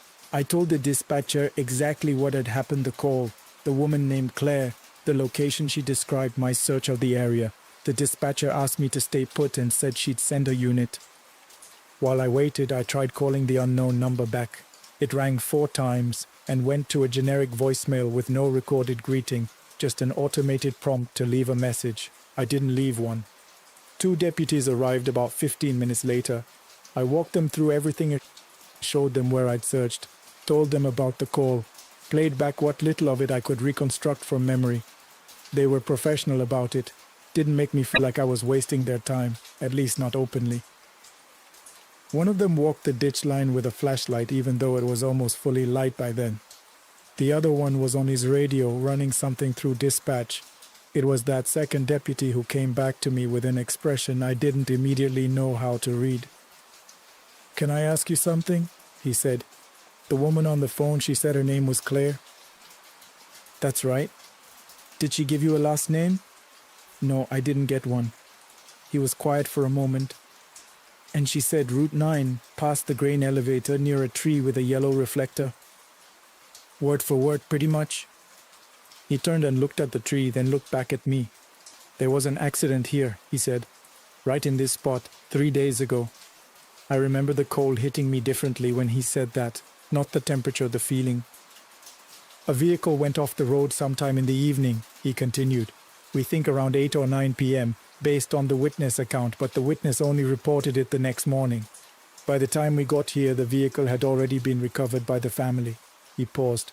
"Both occupants were pronounced at the scene." I heard what he was saying, but my brain was doing that thing where it refuses to assemble the pieces into their obvious shape. "Both occupants," I repeated. "A married couple. The wife was identified as Claire Ostrowski, 31 years old." I didn't say anything for a long moment. I was looking at the frost on the grass in the ditch, perfectly undisturbed, and trying to find some other explanation for what I was holding in my head. "The number that called me," I said finally. "The unknown number. Is there any way to—" "We can request the call log from your carrier," he said. "That would at least confirm the call happened. Give us the originating number." He said it matter-of-factly, but something in his tone told me he was not entirely sure what he was going to find. I drove home. I sat in my driveway for about 20 minutes before I could make myself go inside. I didn't sleep that day, which, given everything I'd been through in the past 24-plus hours, was fairly remarkable. The call log came back 4 days later. I know this because the detective who followed up the case had been passed along by that point, called me in the afternoon to tell me what they'd found. He was careful about how he worded things. The way you are when you know the information you're giving someone doesn't fit inside any available framework. There had been a call made to my number at 6:17 a.m. on the morning in question, 41 minutes in duration, matching exactly what my phone showed. The originating number belonged to a cell phone registered to Claire Ostrowski. That phone had been recovered from the accident scene 3 days earlier. It had been bagged into evidence. It had been in a locked property room at the county sheriff's office since the evening of the recovery. The detective said, and I could tell he was reading carefully from notes, the way you do when you want to get the words exactly right, that there was no technical explanation he could offer for how a call of that duration had been made from a phone in a sealed evidence bag. He said the phone's carrier had been contacted and they had no explanation either. He said he was telling me this not because they had any theory about what happened, but because he felt I deserved to know what the record showed. He asked if I had any questions. I said I didn't. I've thought about that conversation almost every day since. I've thought about Claire's voice, how calm she was trying to be, how frightened she was underneath the calm. I've thought about the 41 minutes I spent talking to her, trying to get to her, and whether any part of what I was doing actually reached her in whatever sense mattered. I've thought about the man we lost on that shift before any of this happened. and about the strange weight of a job that exists entirely inside the gap between one state and another. I'm not going to tell you what I believe about what happened that night because honestly I don't know. I've never been a particularly religious or superstitious person, and I'm not about to become one because of a phone call I can't explain. What I will say is this. If you ever get a call from an unknown number that you're not sure you should pick it up, answer it. And if someone on the other end needs help, you go. Whatever is happening, whatever you've been through that day, whatever logic tells you about what's possible, you just go. I still work the same route. I still pass that grain elevator every morning when I'm heading home. I still notice the tree with the yellow reflector, and I still slow down every single time I pass it, even when I'm exhausted, even when I just want to be home. I slow down and I look the same way I looked that morning, and so far there's never been anything there. So far. We continue. My name is Daniel Marsh. I'm 38 years old, originally from a small town in eastern Ohio, though I've been living in New England for the past 12 years. I work, or I used to work, I should say, since things have changed somewhat, since the incident as a night security officer at Whitmore University. During the years this story covers, I was assigned specifically to the Hargrove Memorial Library, which is one of the larger academic libraries in the northeastern United States and, depending on who you ask, one of the most beautiful buildings on campus. I want to establish something clearly before I begin. I am not a superstitious person. I was raised in a practical household. My father was an electrician. My mother taught 5th grade for 30 years. I have never believed in ghosts, in apparitions, or in any of the things I'm about to describe. I want to be honest with you. I still don't entirely know what to make of what happened, and I've spent a considerable amount of time in the months since trying to find a rational explanation for each individual piece of it. I haven't found one that covers all of them simultaneously, and that bothers me more than the events themselves in a way because I'm the kind of person who needs things to add up. So I'm telling this story because it needs to be told, not because I enjoy telling it. You can decide what you think happened. The Hargrove Memorial Library was built in the 1920s, all limestone and carved stone detailing, the kind of building that was designed to communicate permanence and seriousness. During the day, it's crowded with students, loud with the particular noise of young people pretending to study, full of life in the slightly chaotic way that large university buildings always are. At night, after we lock the exterior doors at 11, it becomes something entirely different. The sound changes. Your footsteps echo off the marble floors in ways that seem almost deliberate, like the building is reminding you that it has been standing a long time and will continue standing long after you've gone. The reading rooms, which during the day smell of coffee and chalk and people, smell at night of old paper and wood varnish and something else I could never quite name, something cold and still, like the inside of a stone church. I worked the overnight shift alone. That was unusual for a building of that size, but the university had gone through 2 rounds of budget cuts in 3 years, and the overnight security staff for the library had been reduced from 3 people to 1. Nobody had complained loudly enough to change it, and honestly, after a few months, I preferred it. I'm not a particularly social person by nature, and there is something deeply peaceful about being alone in a large, quiet building at 3 in the morning. My responsibilities were straightforward. 2 complete walkthroughs per hour, checking that all exterior doors were properly locked and alarmed, monitoring the camera feed from the main security desk on the ground floor, logging any incidents, any attempted entries, any equipment failures, or responding to alarms. In 4 years on that shift, I had never once responded to anything more serious than a stuck bathroom window that triggered a sensor. The library had 6 floors above ground, plus a basement level. The basement was what the staff called the Special Collections Archive, a restricted section that housed the university's rarest holdings, fragile manuscripts, historical records donated by local estates and historical societies, and the university's own institutional archives going back to its founding in 1887. Access to the archive required a specially encoded keycard, and during regular hours, only approved faculty members and a small rotating group of doctoral researchers were permitted entry. The collection was partially climate-controlled, which made it noticeably colder than the rest of the building, and the ceiling was lower than on the upper floors, which gave the whole area a slightly compressed, pressurized feeling, like the inside of a vault. I want to say that the first time I noticed the light, I did my job properly and went immediately downstairs to investigate. But that would make me sound more attentive than I actually was that night. The truth is, the first time I noticed it, I was on the second floor doing my midnight round, and I happened to glance down through the stairwell at the right angle to see a faint amber glow visible through the narrow rectangular window set into the archive door at the basement level. I assumed it was nothing. A timer on a security light maybe. A sensor left in an active state. Something with a mundane mechanical explanation. I noted it in my log as procedure required and continued my walk through.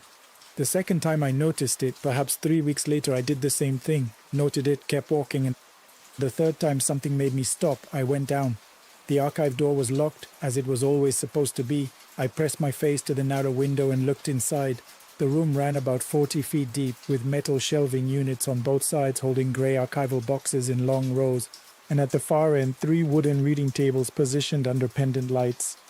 The amber glow I had seen from upstairs was coming from the pendant light over the middle table. At that table sat a young man. He appeared to be in his mid-20s. He was slim, not unhealthily so, just naturally slight-framed, and was wearing a plain dark sweater. He had a large spiral-bound notebook open in front of him, and was writing with considerable speed and focus, not looking up. He had dark brown hair that fell slightly forward over his forehead as he bent over the page, and he wore glasses with thin wire frames. He was biting the inside of his cheek very slightly, the way people do when they're concentrating on getting something exactly right. He looked in every single particular like a graduate student in the middle of a late-night study session. He looked perfectly, almost aggressively, normal. I knocked on the door. He looked up immediately. When he saw me, his expression shifted not to panic, not to the guilty alarm you'd expect from someone caught somewhere they shouldn't be, but to something closer to embarrassment, the mild kind, like someone caught eating in a no-food zone. He held up one finger, the universal signal for just one moment, closed his notebook carefully, and walked toward the door. He opened it. I noticed that the lock had not been forced or tampered with in any visible way. "I'm really sorry," he said, before I could say anything. He had a quiet, deliberate way of speaking, the kind of voice that belongs to someone who thinks carefully before opening his mouth. "I know I'm not supposed to be in here after hours. I have a key card and I have legitimate access through Professor Halliwell's research cohort, but I know it's past 11. I just needed more time with some of the 1943 documents. I was going to be done in an hour." I told him that it didn't matter whether he had a key card. The archive was off limits to everyone without exception after library closing. I told him I needed to see his student ID and that I'd be writing up the incident. He produced his ID without hesitation or argument. His name was Thomas Wren. The photo matched him completely. Same face, same glasses, same slightly formal posture. He was listed as a doctoral candidate in the Department of History. I wrote the incident report, gave him the standard formal warning which included notice that repeat violations could result in suspension of his library access privileges, and walked him out through the main entrance. He apologized twice more during the walk, asked once whether the write-up would be forwarded to his faculty advisor, and thanked me when I held the door. At the bottom of the front steps, he turned up his collar against the November cold, tucked the notebook under his arm, and walked away across the plaza. I thought about him briefly the following day, then put him out of my mind entirely. He was back approximately a month later. This time I went downstairs as soon as I saw the light. I knocked and he came to the door almost at once. Same sweater, same notebook, same mildly embarrassed expression. "Thomas," I said. "I know," he said. He didn't wait for me to finish. "I know. I'm almost done. I genuinely mean that I can see the shape of the whole argument now. I just need a few more sessions with the deed records from 1943 and 1944. Once I have those, the thesis is essentially complete." I asked him why he couldn't access the material during regular archive hours when access was permitted. He paused, seemed to consider the question seriously. "The collection is only partially catalogued," he said. "About 60% of the boxes have been indexed. The rest are still in their original order from when they were donated. When there are other researchers in here and the staff are occupied, there isn't anyone to help me navigate the uncatalogued section. It takes a long time to locate specific items. At night I can work through them methodically without taking anyone's time." He paused again. "I understand that's not an adequate justification for being here. I'm not arguing with you. I just want you to understand why."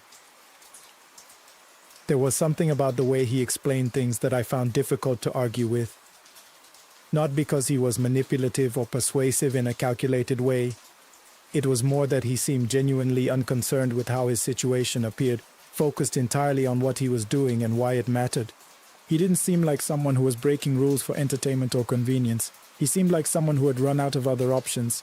I wrote the second incident report. I reminded him that a second violation would almost certainly result in escalation to his department. He nodded, thanked me, and left. The third time he appeared, I stopped in the doorway and asked him to tell me about the research. He looked slightly surprised, then pleased. He set down his pen and told me about his thesis. He was investigating a series of land transactions in our county, dating from 1938 to 1951, which he believed had been part of a coordinated and systematic effort to dispossess several black farming families of land they had legally owned on the western edge of what was now the university's main campus. He had been working on it for 3 years. He spoke about it with a quality I can only describe as weight, not performance, not academic excitement, but the quiet urgency of someone who has spent a very long time on something they believe is genuinely important. He mentioned a man named Raymond Coates, who had owned 82 acres of farmland until 1944, when he lost the property through a tax proceeding that Thomas believed had been fraudulently constructed. Raymond's grandchildren still live here, he said. About 4 miles from here. They don't know any of this happened. Nobody does, really. It's not in any history of this county. It's not in any academic record. The only evidence that any of it occurred is in those boxes downstairs, in documents that no one has looked at in 30 or 40 years. He picked up his pen again. That's why I need to finish. I remember standing in the corridor thinking that it was in fact a good reason. I still wrote up the incident. The fourth time he appeared, something was different. I had come downstairs earlier than usual. Something had caught my eye in the camera feed, a quality of shadow near the archive door that seemed marginally wrong to me, though when I reviewed the footage afterward I couldn't identify anything specific. I went down and looked through the window. Thomas was at the table writing, the pendant light casting its small circle of amber across the page. But this time the notebook in front of him was nearly full. I could see the thick sheaf of completed pages bulging outward from the spine, pages dense with his careful, compact handwriting. I knocked. He looked up, and in the moment before the familiar expression settled onto his face, I saw something I hadn't seen in the previous 3 encounters, something that at the time I labeled in my mind as exhaustion, but which in retrospect I think was something else. Relief maybe, or a kind of completion. He opened the door. "I think I'm finished," he said. I looked at him. He was paler than I'd seen him before, and his eyes had a slightly unfocused quality, the way someone looks after very many hours of close concentration. "Or nearly finished," he amended. "I found the deed records I needed. The whole argument holds. The documentation is there." He closed the notebook and held it for a moment with both hands, the way you might hold something fragile. I told him, same as always, that I needed to walk him out. He nodded. At the main entrance, I typed in the code and pushed the door open. He stepped through, then turned back. "Can I ask you something?" I said he could. "If my thesis ever gets submitted, would you look up Raymond Coates, just to see whether it made a difference?" The phrasing was odd, not when, but if. I told him I would. He thanked me again, by name, and walked down the steps and across the plaza. It was a clear night, very cold, the kind of cold that makes the air itself seem sharp. I stood in the doorway and watched him go. His breath made no mark in the air. I stood there for a moment longer than I should have, trying to understand what I had just noticed. Then I went back inside, sat down at the security desk, and looked at the blank incident report form on the screen for a very long time before I started typing. Before I left the following morning, I stopped at the library administration office at 7:30 and asked the duty administrator whether she could look up a student named Thomas Wren, doctoral candidate in history, in connection with several archive access violations I had logged. She looked at me with an expression I didn't immediately understand. She asked me to spell the name. I spelled it. She typed something, looked at her screen, and then looked back at me. She asked me to follow her to her desk, where she turned the monitor toward me without saying anything. It was the university's memorial page for Thomas Wren. His photograph, the same face, the same wire-framed glasses, the same slight tilt of the head, the dates below his name, 1994 to 2022. A brief text describing him as a devoted scholar and gifted researcher, and below that, 2 paragraphs explaining what had happened. Thomas Wren had died 23 months earlier. He had been working late in the Special Collections Archive. He had formal after-hours clearance at the time, approved by his faculty advisor for the duration of a research deadline, when a gas leak from a faulty heating unit in the basement mechanical room had filled the archive space while he was working alone at the table. The maintenance crew had found him the following morning. He had been there for approximately 7 hours. In response to the incident, the university had revoked all individual after-hours access to the archive, upgraded the basement ventilation system, and reached a private settlement with Thomas's family. I read the page 3 times. Then I thanked the administrator and walked out into the morning, into the cold air, where my breath was perfectly visible, white against the grey November sky, the way it was supposed to be. I took 2 days off and told my supervisor I was ill. When I came back, I requested a transfer to a different building. He asked if something had happened. I said no, that I needed a change of routine. He approved it, and I haven't been back to the Hargrove Library since. Before I left, I did one thing. I went to the history department office and told the secretary that I had recovered a spiral notebook from the Special Collections Archive during a routine security check, and that it appeared to contain research notes. I had the notebook in a plastic bag, logged as found property. I don't know why I hadn't formally logged it before. I hadn't been able to bring myself to. The secretary looked through it briefly and then went to find someone. She came back with Dr. Halliwell, a tall woman in her 50s whose name I recognized from the faculty photos on the wall. Dr. Halliwell sat down and began reading. She read for a long time. The office was quiet around her. When she finally looked up, her voice was very controlled. "Where did you find this?" I told her, "Archive Table 3, Lost Property." She looked at me steadily. "This is Thomas's handwriting. This is his thesis, the section he hadn't finished yet. The legal analysis of the court's transactions, the secondary source framework, and the family history documentation." She turned a few more pages. "This is essentially complete. With some editorial work and proper academic formatting, this could be submitted." She set the notebook down very carefully, the way you set down something that matters. "Do you know what this would mean for the Coates family?" I told her I had some idea. I left shortly after. I did look up Raymond Coates, as I had promised. 8 months after Thomas Wren's death, a short article appeared in our county's Historical Society newsletter. It described how an anonymous research contribution to the Whitmore History Department had enabled the identification of a group of families whose farmland had been taken through fraudulent tax proceedings during the 1940s. Several families were named. The Coates family was among them. The article noted that a civil rights legal foundation had been contacted about the historical record and was reviewing the documentation. Thomas Wren was not named anywhere in the article. His family, I learned later, had asked for that. I have told this story to a few people I trust. The responses have been more or less what you would expect. Some suggest I imagined it, that I was overtired, that I confused someone else for a dead man, that my mind constructed the resemblance afterward. Others don't try to explain it at all. One person, someone who has thought about these things more carefully than I have, told me that perhaps what matters is not the mechanism of how something happened, but whether it needed to happen and whether someone allowed it to. I don't have a clean explanation. I know what I saw across 4 separate nights.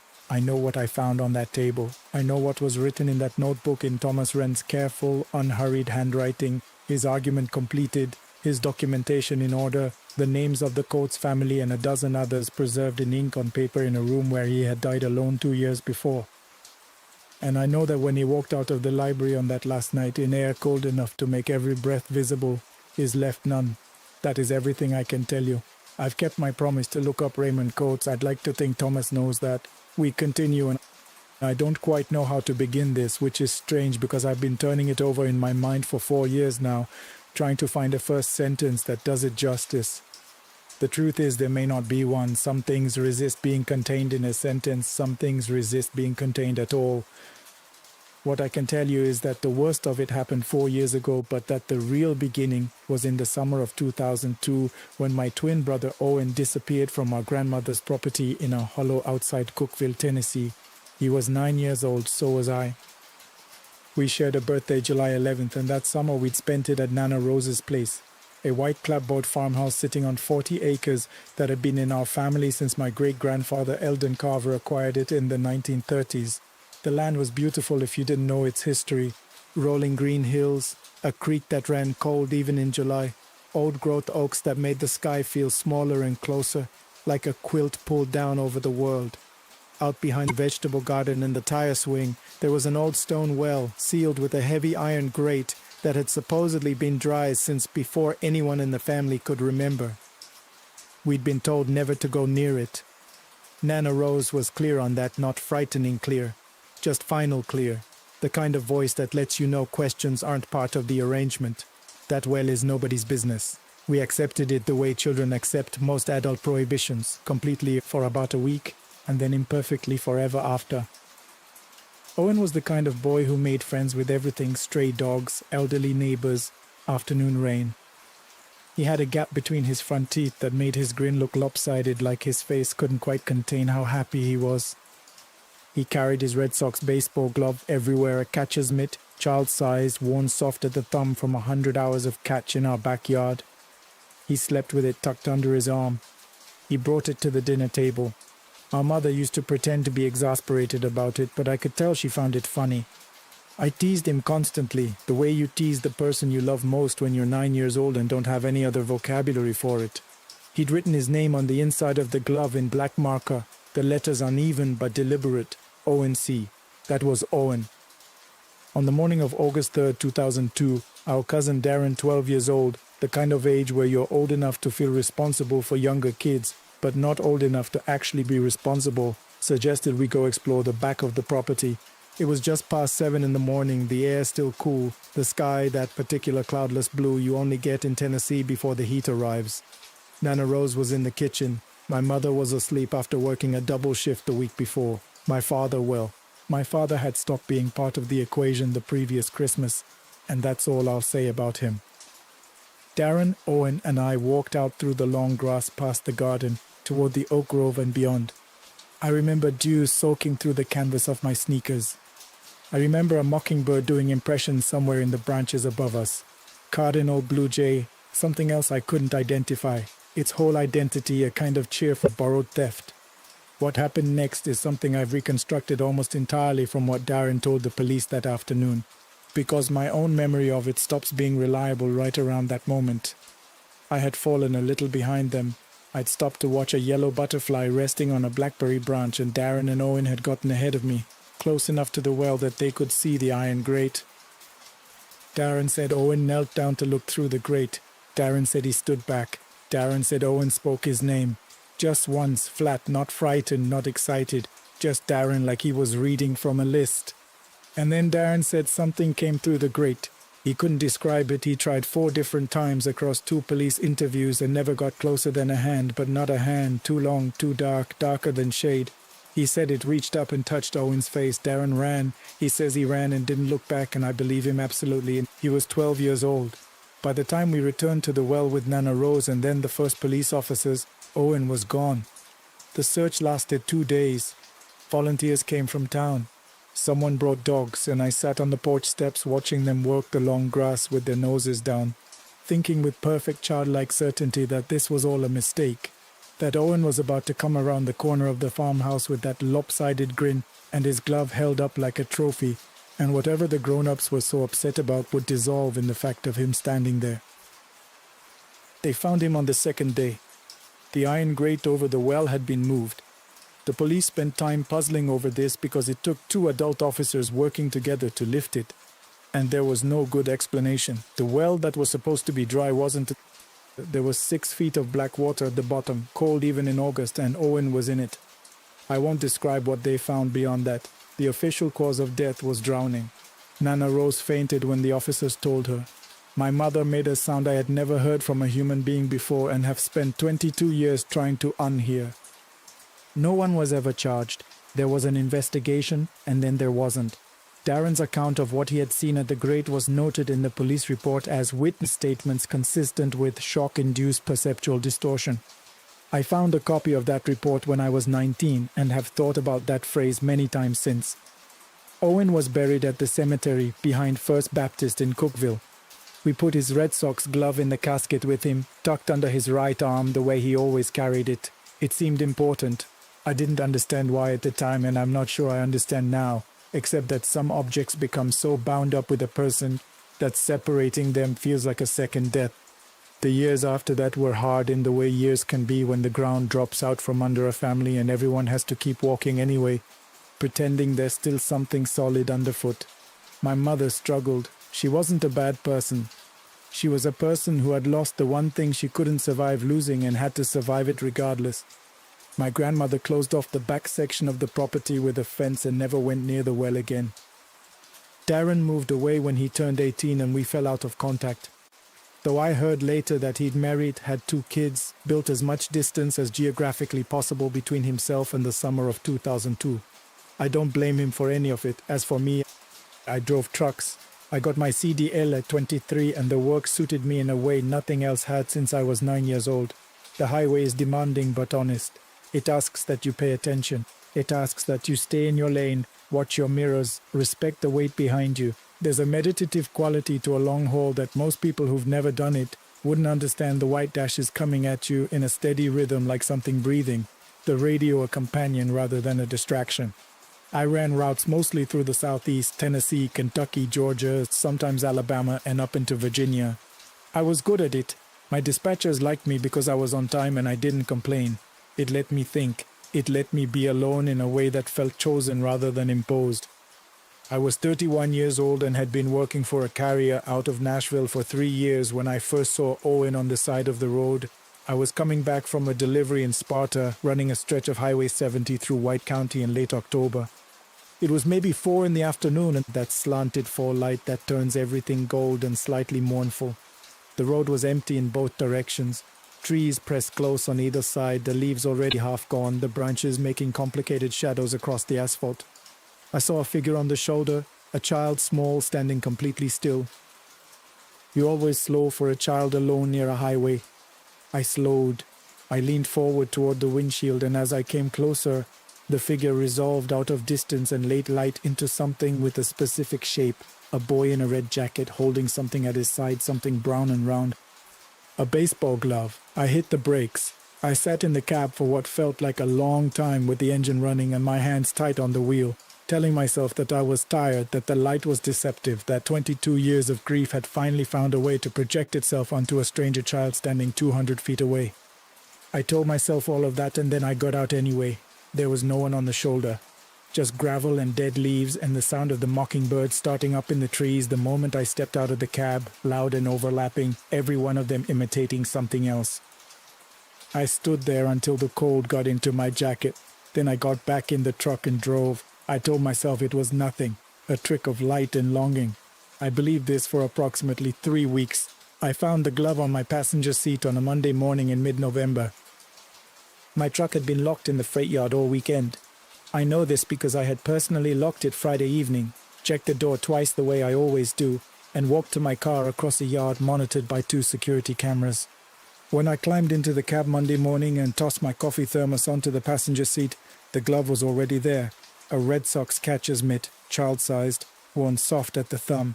The name on the inside in uneven black marker that had faded but was still legible, ONC. I sat in that cab for a very long time. I'm not someone who cries easily, and I want to be straightforward about the fact that I cried.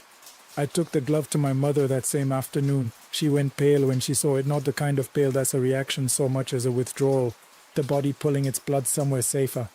She sat down at the kitchen table without being asked, and looked at it for a long time without touching it.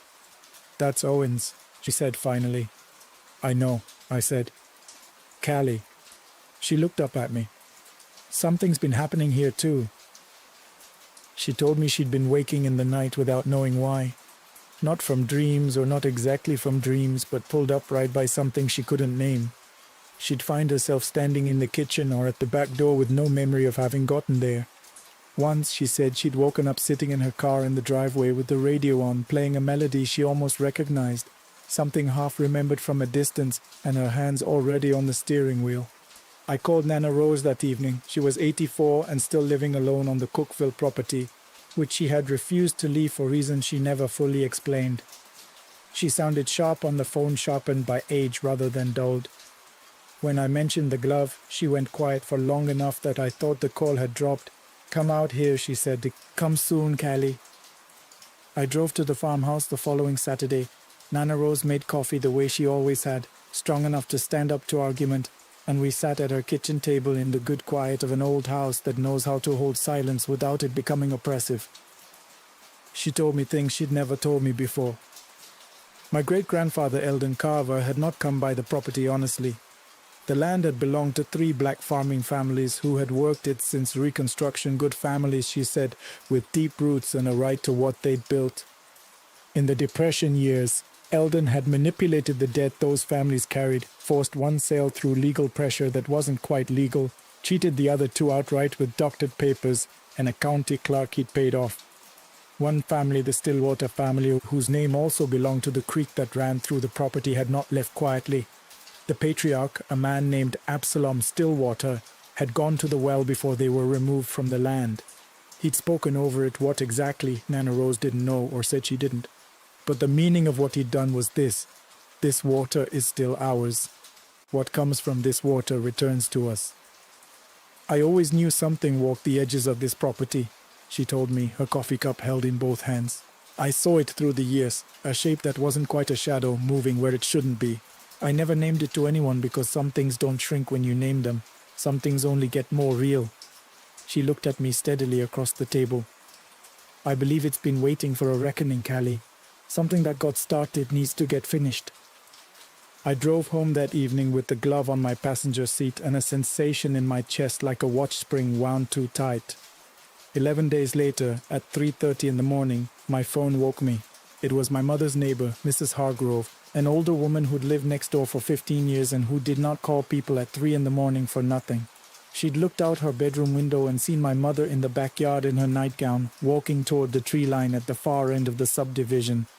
She'd called out from her window, she said, and my mother hadn't turned, hadn't paused, had only continued walking with the slow, deliberate pace of someone who knows exactly where they're going. I was 90 minutes away. I drove the whole stretch at speeds that I won't specify. I found my mother at the edge of a retention pond behind the subdivision, a grey concrete basin that had no poetry to it, no resemblance to a Tennessee creek, nothing that should have meant anything to anyone. But it was water. She was standing at the edge with her feet in the shallow, still in her nightgown, arms loose at her sides, eyes open and fixed on something I couldn't see. I screamed her name. I grabbed her by the arm and pulled her back from the water, and she came back in stages, like someone surfacing from very deep under layers of consciousness, reassembling themselves one at a time. When she finally focused on my face, she lifted her hand and touched my cheek. "I heard him," she whispered. "I heard Owen calling." Her hand was so cold. I wrapped my arms around her and held on. When I finally looked down, I saw what was knotted around her wrist, a piece of dark leather cord. The wrist strap from Owen's baseball glove, the glove I had left locked in my truck 2 miles away. I don't know what Nana Rose did that afternoon on the back porch of the Cookville farmhouse, with my mother seated across from her and the property spread out around them, the sealed well somewhere beyond the fence line, the old oak standing over everything. I was told to stay in the kitchen, and I did. I heard Nana Rose's voice for almost 2 hours, low and rhythmic, not quite words I could make out, a sound more like intention than language. I smelled something burning, green and resinous, drifting through the screen door. Once my mother cried out a single sound, not pain exactly, more like release, and then silence settled back over everything and stayed. When they came inside, my mother looked the way you look when a fever finally breaks, emptied of something that had been taking up space. Nana Rose set food in front of both of us and told us to eat, and that we should go home, and that we shouldn't return to the property for a while. I asked her what she had done. She looked at me with her 84-year-old eyes, clear as creek water. "I gave back what was owed," she said. "Sometimes that's all there is to do." Nana Rose died 11 weeks later, in her sleep, in her own bed, in her own house on the property she had lived on for 60 years. Her heart simply stopped, the doctor said. She was 84 years old and she had lived a full and complicated life, and her death was the kind that should feel like peace. Mostly it did, except that I kept thinking about what she had said.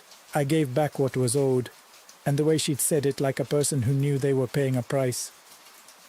My mother held my hand through the funeral service and didn't let go once. She looked lighter than she had in years, honestly steady in a way I hadn't seen since before Owen died. She slept through the night now and stopped waking in the kitchen. She no longer walked toward water. The glove was gone from my truck when I went back to work. The leather strap was gone from my mother's wrist. I never saw either of them again. I still drive. It's the work that fits me, and I think it always will. I'm more careful now than I used to be. I check my mirrors more. I pay closer attention to what stands beside the road in the hours before dawn, when the highway gets quiet and the distance between headlights stretches out and you're alone in a way that teaches you things about yourself, whether you want to learn them or not. There's one last thing I want to record because I've told this story before and I always stop before this part, and I think I stop because I don't know what to do with it. But it belongs here. The night Nana Rose died, I was driving a return route up through White County on Highway 70. I was passing the stretch where I'd first seen the boy on the shoulder, where the trees lean close and the road curves slightly and the silence has a particular quality I've never experienced anywhere else. It was dark. There was nothing on the shoulder. But when I reached forward to adjust the radio, there was a piece of paper on the dashboard that I was certain had not been there when I got in. A folded piece of notebook paper. I pulled onto the shoulder and opened it under the cab light. It was a child's drawing. Crayon on notebook paper, the lines uneven and confident the way a 9-year-old's lines are. A white farmhouse with a crooked chimney, green hills and a creek running through them. Stick figures standing in front of the house holding hands more than I could easily count. A long chain of them stretching to the edge of the paper and presumably beyond. No names, no date, nothing written at all. I kept it. I carry it in the glove compartment of every truck I drive, folded twice. In the same place I'd keep something I couldn't explain and wasn't ready to put down.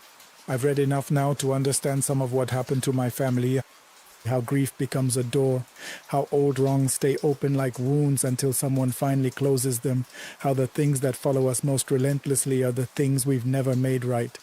My great-grandfather Eldon Carver took something that didn't belong to him, and that taking left a seam in the fabric of everything my family built on top of it. Nana Rose closed it the only way it could be closed, by giving back what the land had been asking for. I don't know what that cost her. I know she didn't tell me. I know my mother is still here, sleeping through the night in her own house, waking to make coffee and call me on Sundays. I know that Darren reached out to me last spring, cautiously, the way you reach out to someone when you're not sure the bridge is still there, and that we've been talking again, slowly building something back. I know that Owen would have been 31 this past July. I think about what kind of man he would have been, what kind of laugh he would have had, whether he'd still have carried that ridiculous glove. I think the mockingbirds know what happened. I think that's why they keep following me. I still hear them on certain stretches of highway and certain kinds of light.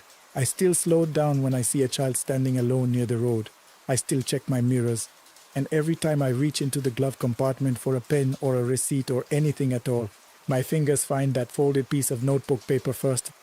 The stick figures holding hands in a chain that goes off the edge of the page, and I think about all the people in my family who are gone now, and all the ones who are still here, and how thin the line between those two things has always been.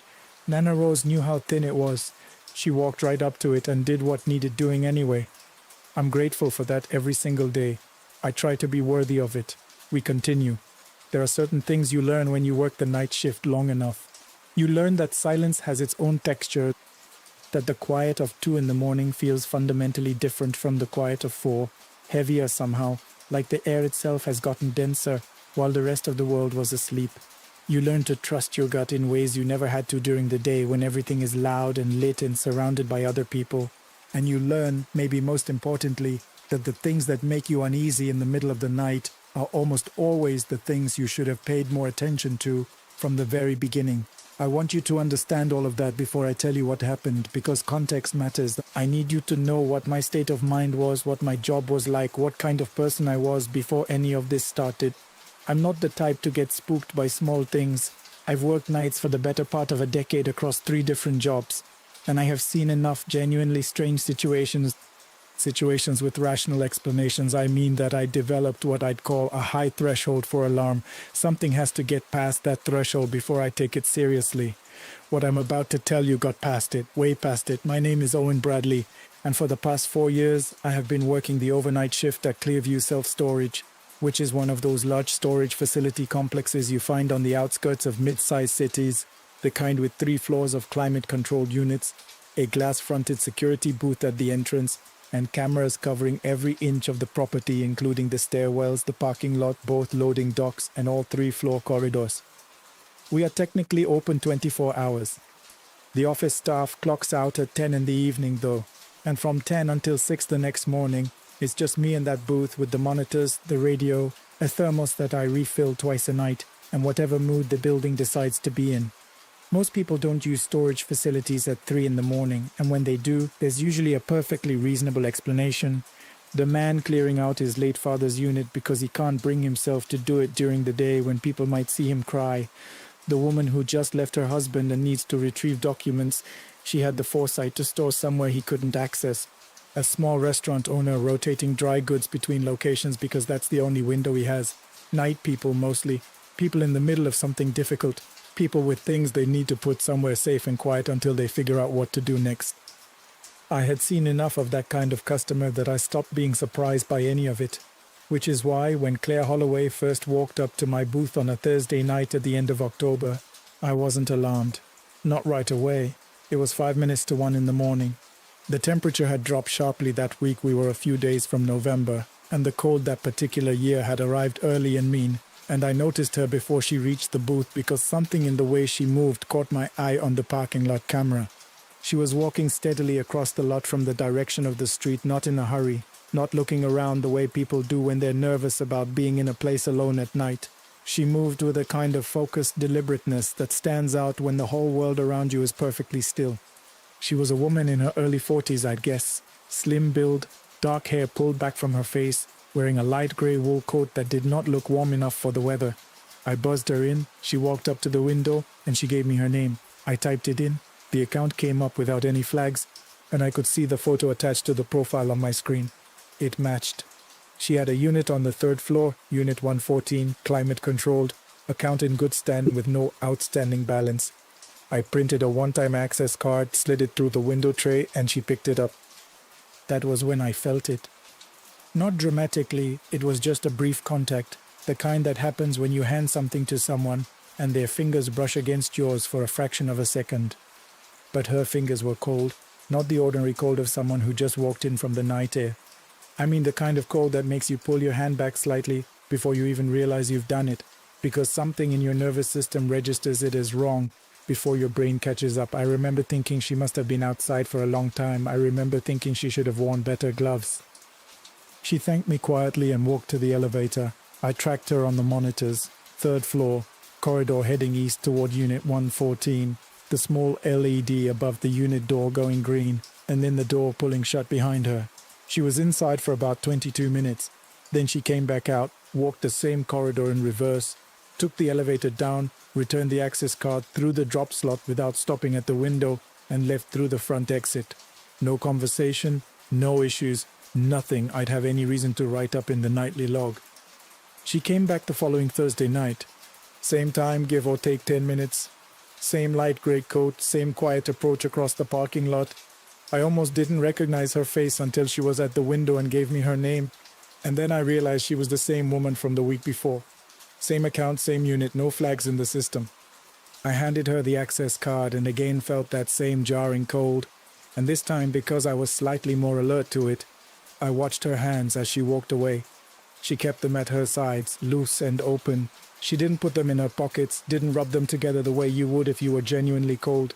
She just walked with that same deliberateness, and I watched her go up to the 3rd floor and into Unit 114, and I kept watching the monitor for the 20 minutes or so she was up there. Here's the thing I've thought about since, the thing I couldn't explain to myself even while I was watching it. That night was cold enough to see your breath outdoors. I could see mine every time I stepped outside for a moment. On the parking lot camera, I watched her walk in, and I could not see her breath. I can be very precise about this because after she left that second Thursday, I replayed the footage 3 times, watching specifically for it. Nothing. The air around her face was perfectly clear. I told myself I had missed it, that it was a camera angle thing or a lighting issue, or that I was too far from the screen to see something that subtle. I told myself a lot of things and went back to my thermos and my radio, and by the end of the shift I had almost convinced myself to stop thinking about it. The third Thursday she didn't come, and I noticed her absence more than I expected to. Not dramatically, I didn't sit there waiting for her or checking the parking lot camera every few minutes. But at some point in the early hours of that shift, I realized she wasn't coming, and I realized that I had, without exactly choosing to, been expecting her. The pattern had established itself, and now it felt like something was missing. I was bothered by that in a way I couldn't entirely justify. On the following Monday, a slow shift, the kind where you've checked everything twice and there's nothing left to do but sit with your thoughts. Something made me pull up her profile in the system again. I genuinely can't tell you why. Maybe it was the gap she'd left. Maybe it was the cold fingers. Maybe it was the breath I couldn't see on the camera playback. Whatever the reason, I opened her file and scrolled through it for no particular purpose. Account active, Unit 114, 3rd floor, climate controlled, monthly fee current, auto-drafted from the account on file. And then, at the bottom of the screen, in the kind of small grey text that you'd miss completely if you weren't scrolling slowly and looking at everything. Account transferred to estate management. Original account holder deceased. Date of transfer, March 14th. I read it 4 times. I read it until the words stopped connecting to meaning the way words do when you repeat them too many times. And then I sat very still in that booth for a long moment, while the building hummed around me and the monitor showed nothing but quiet hallways. March 14th was 7 months ago. Claire Holloway had been dead for 7 months. The 2 Thursday nights she had walked up to my window, the 2 times I had handed her an access card, the 2 times I'd felt those impossibly cold fingers. The 2 nights I had watched her on the 3rd floor camera walking steadily down the corridor to Unit 114 and back. She had been dead for 7 months. I went through every rational explanation I had available. Someone had borrowed her ID and account information.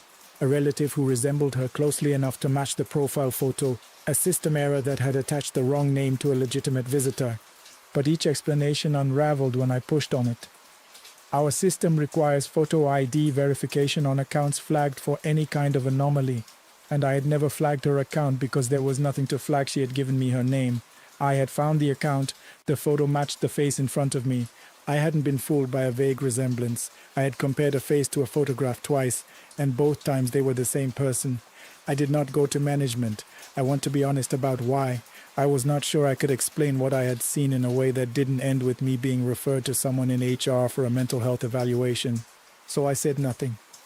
What I did do was quietly add Unit 114 to my primary camera check rotation, and I started keeping a separate handwritten log of every visitor to that unit, the kind of log I kept for myself and not for the company. She did not come back, but someone else did. It was a Wednesday night in mid-November, just after 11:30. A man approached the booth, tall, broad through the shoulders, wearing a dark jacket and moving with the particular kind of confidence that doesn't have anything to do with being friendly. The kind of confidence that is actually closer to indifference. He told me his name was Daniel Reyes and that he was Claire Holloway's brother, and that he needed to access her storage unit to retrieve personal belongings on behalf of the family estate. Everything about him made the hair stand up on my arms before I could identify a single specific reason. It was cumulative and immediate, the way threat sometimes is. I asked for ID. He produced it without hesitation, the way people do when they have rehearsed for that exact question, and the name matched an authorized contact I found in the estate management records attached to Claire's account. Legally, there was nothing preventing me from printing him an access card. I didn't print it. I told him I was required to notify the estate manager for any third-party access requests received after business hours, which was not strictly true, but which sounded credible enough that he accepted it and sat down in the lobby waiting area. I told him it would take a few minutes. He said that was fine. I pretended to make a phone call. What I was actually doing was searching Claire Holloway's name on my phone, held below the level of the counter. The obituary came up in seconds.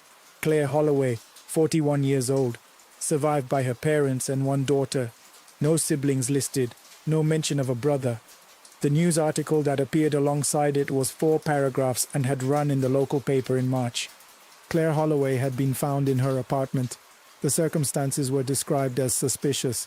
The investigation was ongoing. There had been no arrests. I looked up from the phone. On the lobby camera monitor, Daniel Reyes was no longer sitting in the chair. He was standing at the interior door that connects the lobby to the storage corridor, pressing down on the handle and applying slow, testing pressure the way you do when you're checking whether a lock is actually engaged. That door requires a keycard to open from either side. He did not have a keycard. I was reaching for the intercom when I checked the corridor camera on the other side of that door, a habit, automatic, part of my rotation, and my hand stopped. There was someone standing in the corridor. On the other side of a door that had not been opened, standing perfectly still in the center of the hallway, was a figure in a light grey coat. She was not looking at the camera. She was facing the door. I cannot describe to you precisely what I felt in that moment, because what I felt was not a single feeling but several arriving simultaneously, and not all of them had names. What I can tell you is that my hands moved.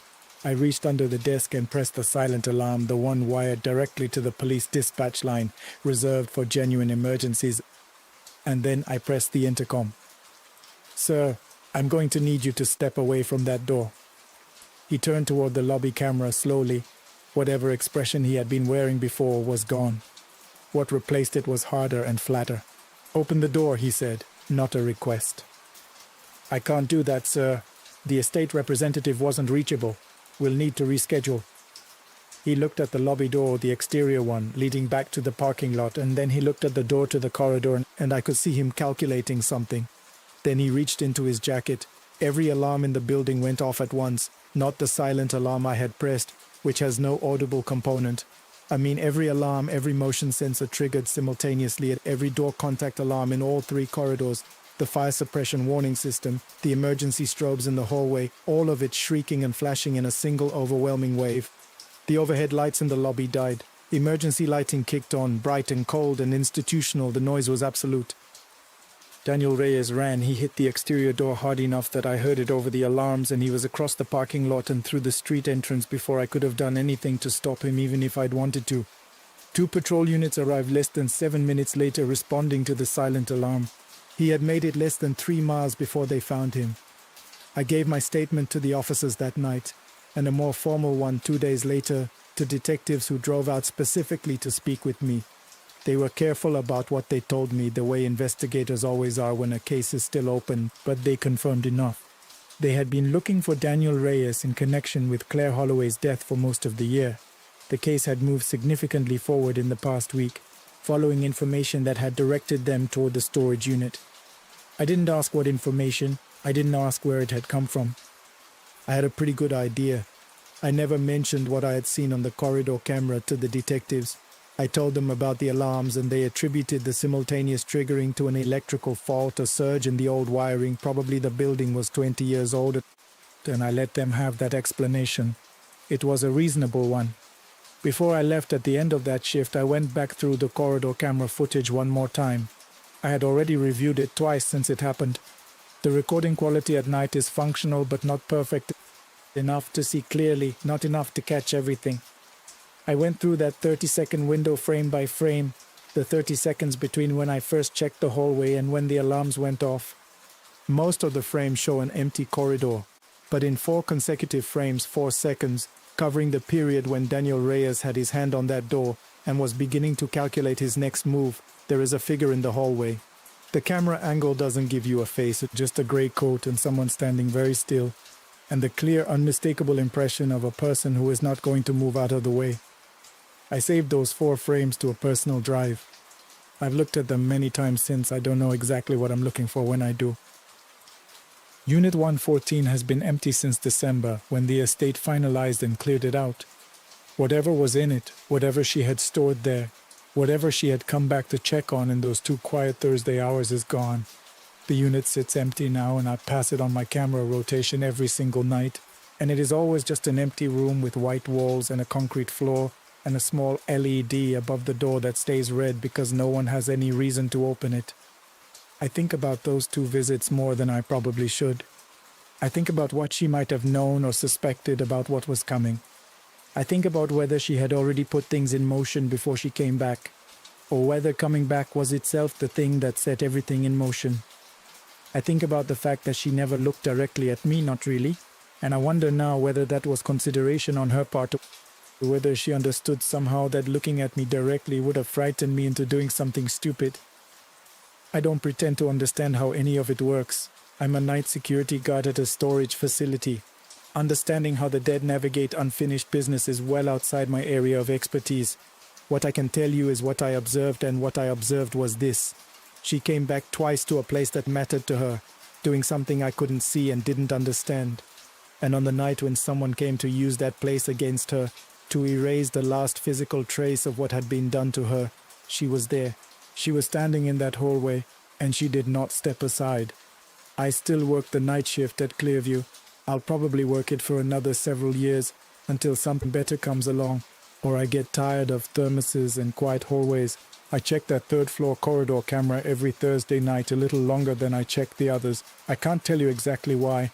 Call it habit, call it respect. I've never seen anything unusual on that camera since, but I'll keep looking. Some things deserve that much at the very least. Some things deserve someone paying attention, even when the hallway is empty and the building is quiet and the rest of the world is sound asleep. That's the whole story. That's all I've got. We continue. I used to tell people that fear was nothing more than the mind's way of filling in blanks. That if you had enough information, enough facts, enough daylight, there was nothing in this world that could make your hands shake the way mine are shaking right now just from telling this story. I am a practical man. I believe in maintenance schedules and road conditions and weather reports. I believe in things I can touch, measure, and verify. I don't believe in those things the same way anymore. Not after Route 287, not after mile marker 47. Good evening or good morning, depending on when you're listening to this. My name is Marcus Webb. I'm 44 years old, and I've spent the last 22 years of my life behind the wheel of an 18-wheeler. I'm from Casper, Wyoming, born and raised, and I've driven just about every highway in this state more times than I can count. I want to be upfront about something before I start. I am not a man who spooks easily. My father drove long haul for 30 years and always said the biggest danger on the road wasn't ice or dark. It was a driver whose imagination worked faster than his hands.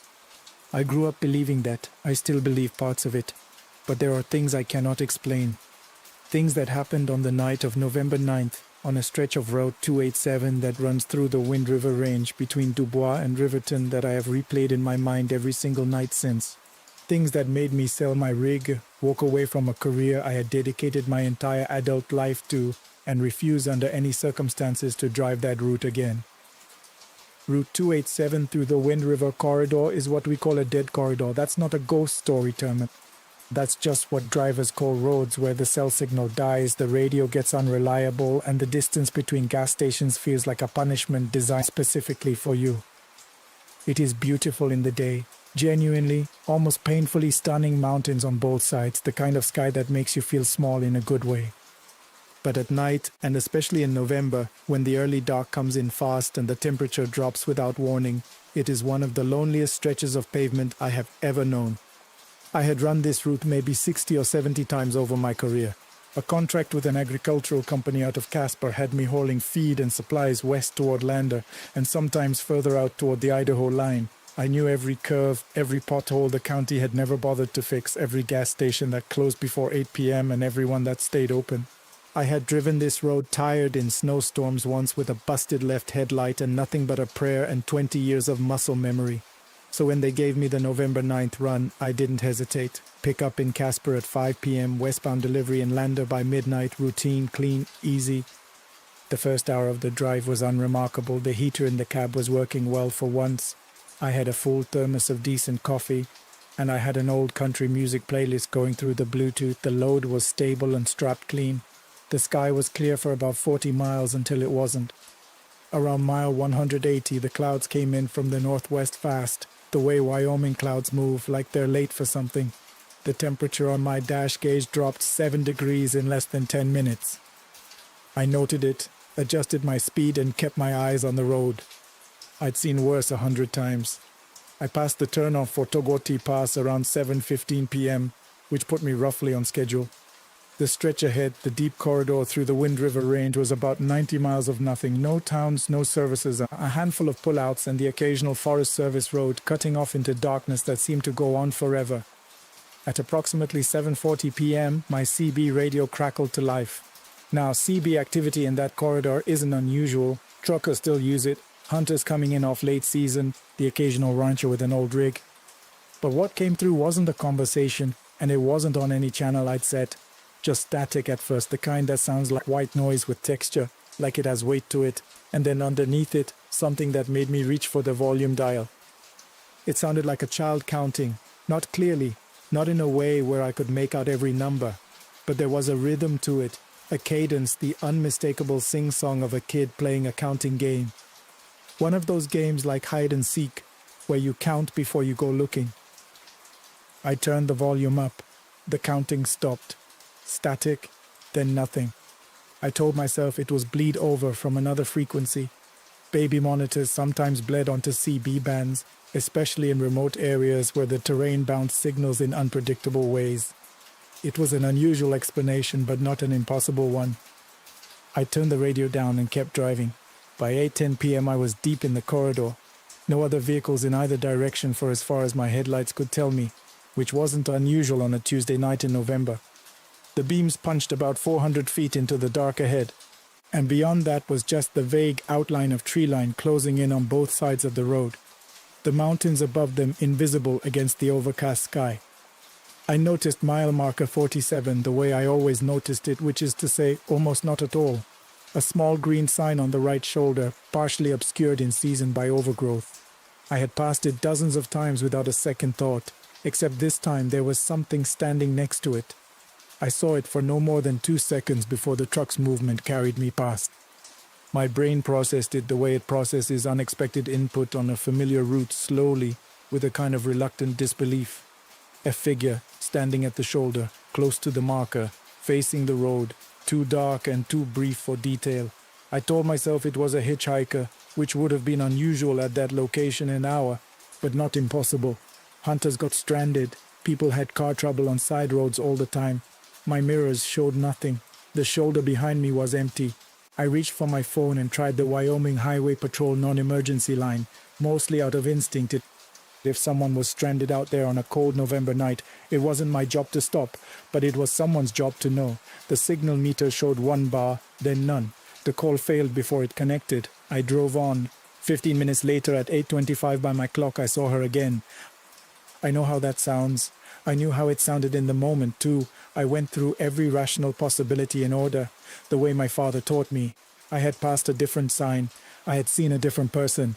I had misjudged the distance. I was tired, but the figure was the same position, same shoulder, same stillness facing the road, watching the traffic that was only me.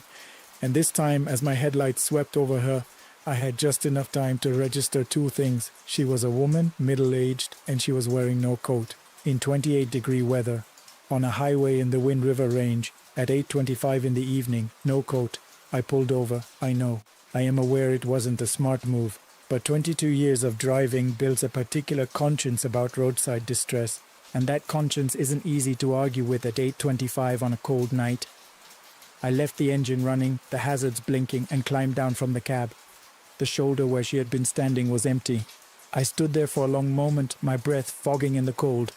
The highway silent, except for the idle diesel behind me. I walked 20 steps in each direction. I shone my flashlight into the tree line. I called out, not loud, but loud enough. Nothing. No footprints in the frost that had already settled on the gravel edge of the shoulder. No disturbed brush, no sound, no movement, no response. I got back in my truck. When I climbed back into the cab, I felt the cold immediately, not the outdoor cold I'd brought in with me, but a different variety entirely, the kind that settles into a space and refuses to leave regardless of what the heater says. I cranked the heat up. The gauge read 72 degrees inside the cab. It felt like 40. I sat for a moment before pulling back onto the road, and in that moment I looked at my dashboard camera, the one the company had installed 2 years prior for insurance purposes. It recorded continuously onto a loop drive, overwriting every 72 hours. I don't know what made me look at the screen, some instinct I can't name. The camera was angled to capture the road ahead, and in the corner of the frame, a sliver of the passenger seat. What I saw in that corner of the screen on the live feed, not a recording, was a shape in the passenger seat that was not there when I turned and looked directly at the passenger seat. When I looked at the screen, a shape, indistinct, roughly the size of a child, sitting with knees together, hands in lap. head slightly bowed, the posture of someone waiting patiently. When I turned to look at the actual seat, nothing. I looked back at the screen, empty. Whatever had been there in the camera was gone. My hands were shaking. I noted that the way I'd note a change in road conditions, my hands were shaking, my mouth was dry, and I had a very clear, very simple thought. I need to get off this highway. I put the truck in gear and pulled back onto the road. The CB crackled again before I had reached 40 miles per hour. This time there was no static, no searching. A girl's voice, young, maybe 7 or 8, completely clear, as though she was sitting in the seat beside me, said, "Don't go past the tree." I turned the volume off. My heart was hitting so hard I could feel it in my teeth. I focused on the road, the center line, the practical and physical reality of 40,000 pounds of truck and cargo moving at highway speed. I focused on my hands on the wheel and the feel of the road through the tires. I focused on anything and everything that was real. And then I saw the tree. There is a large dead pine on the left side of Route 287, approximately 6 miles past mile marker 47. I've since confirmed it on satellite maps. It's there. You can see it standing alone and leafless about 30 feet back from the shoulder.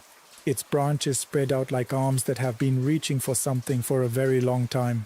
I had passed it dozens of times. I had never given it a second thought. That night, there was something at the base of it. I should have kept driving. I knew that in the moment, some part of me was already screaming it. The voice on the CB radio still echoing in my head. Don't go past the tree. A warning, not an invitation. I understood that on some level that had nothing to do with thought or reasoning. I slowed down anyway. My headlights swept over the base of the tree as I decelerated, and I saw it clearly. A small figure seated at the base of the trunk, cross-legged, arms wrapped around her own knees, head turned down and away from the light. A child. She was wearing a yellow raincoat. I remembered the color the way you remembered the details of an accident, with that terrible involuntary clarity, bright yellow, the brightest thing I'd seen in 2 hours of darkness. I stopped the truck. I sat there with the engine running and the hazards on, staring at this child in a yellow raincoat sitting alone at the base of a dead tree off a remote Wyoming highway in November, and I made the decision that I have regretted every single day since. I got out. The cold that hit me this time was wrong in a way I don't have good words for, not the sharp, clean cold of mountain air. Something heavier, damper, the cold that comes up off standing water, the cold of places that don't see sun.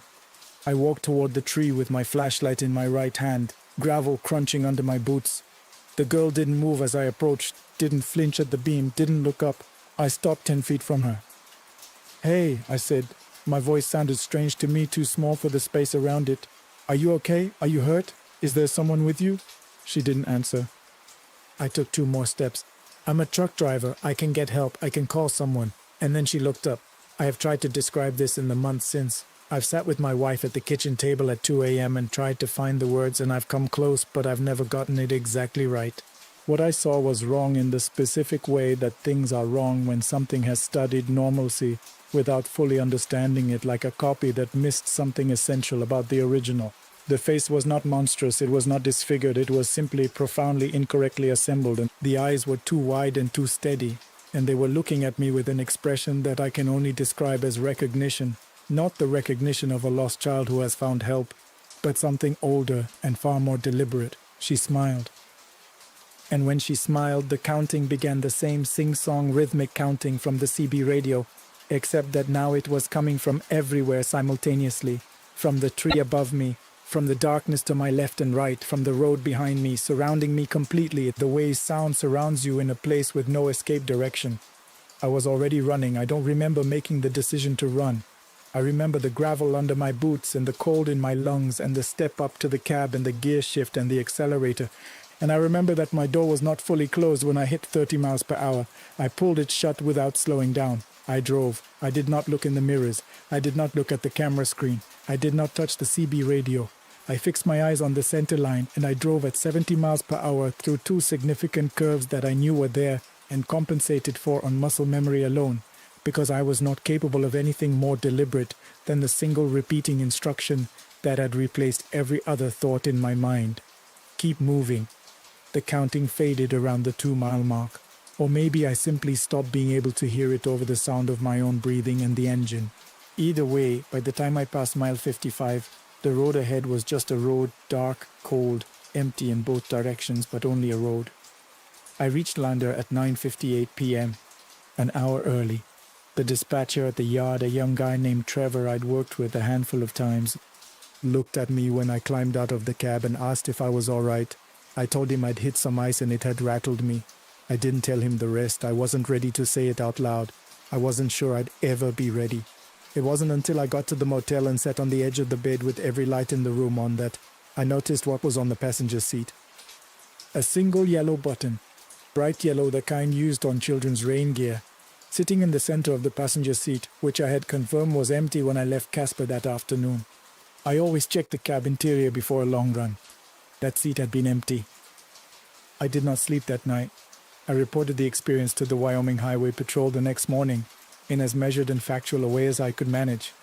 I told them I had seen what appeared to be a child seated at the base of a tree near mile marker 47 on Route 287, and that she had disappeared when I approached. I gave them the location as precisely as I could.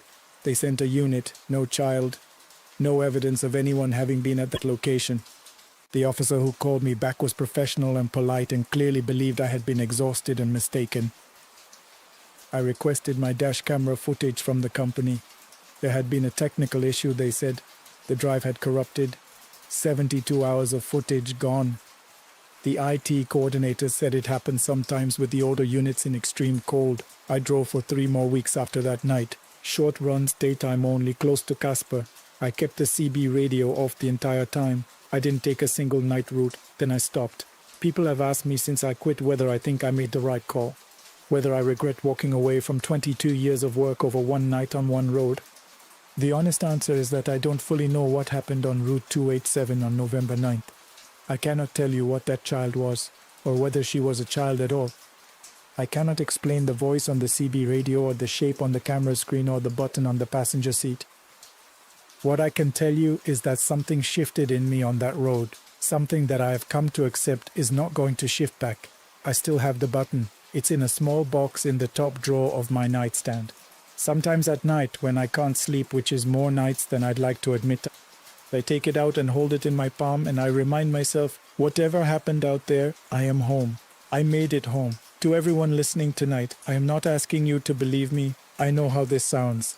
I've replayed every rational explanation there is more times than I can count, and I've made peace with the fact that none of them hold up all the way through.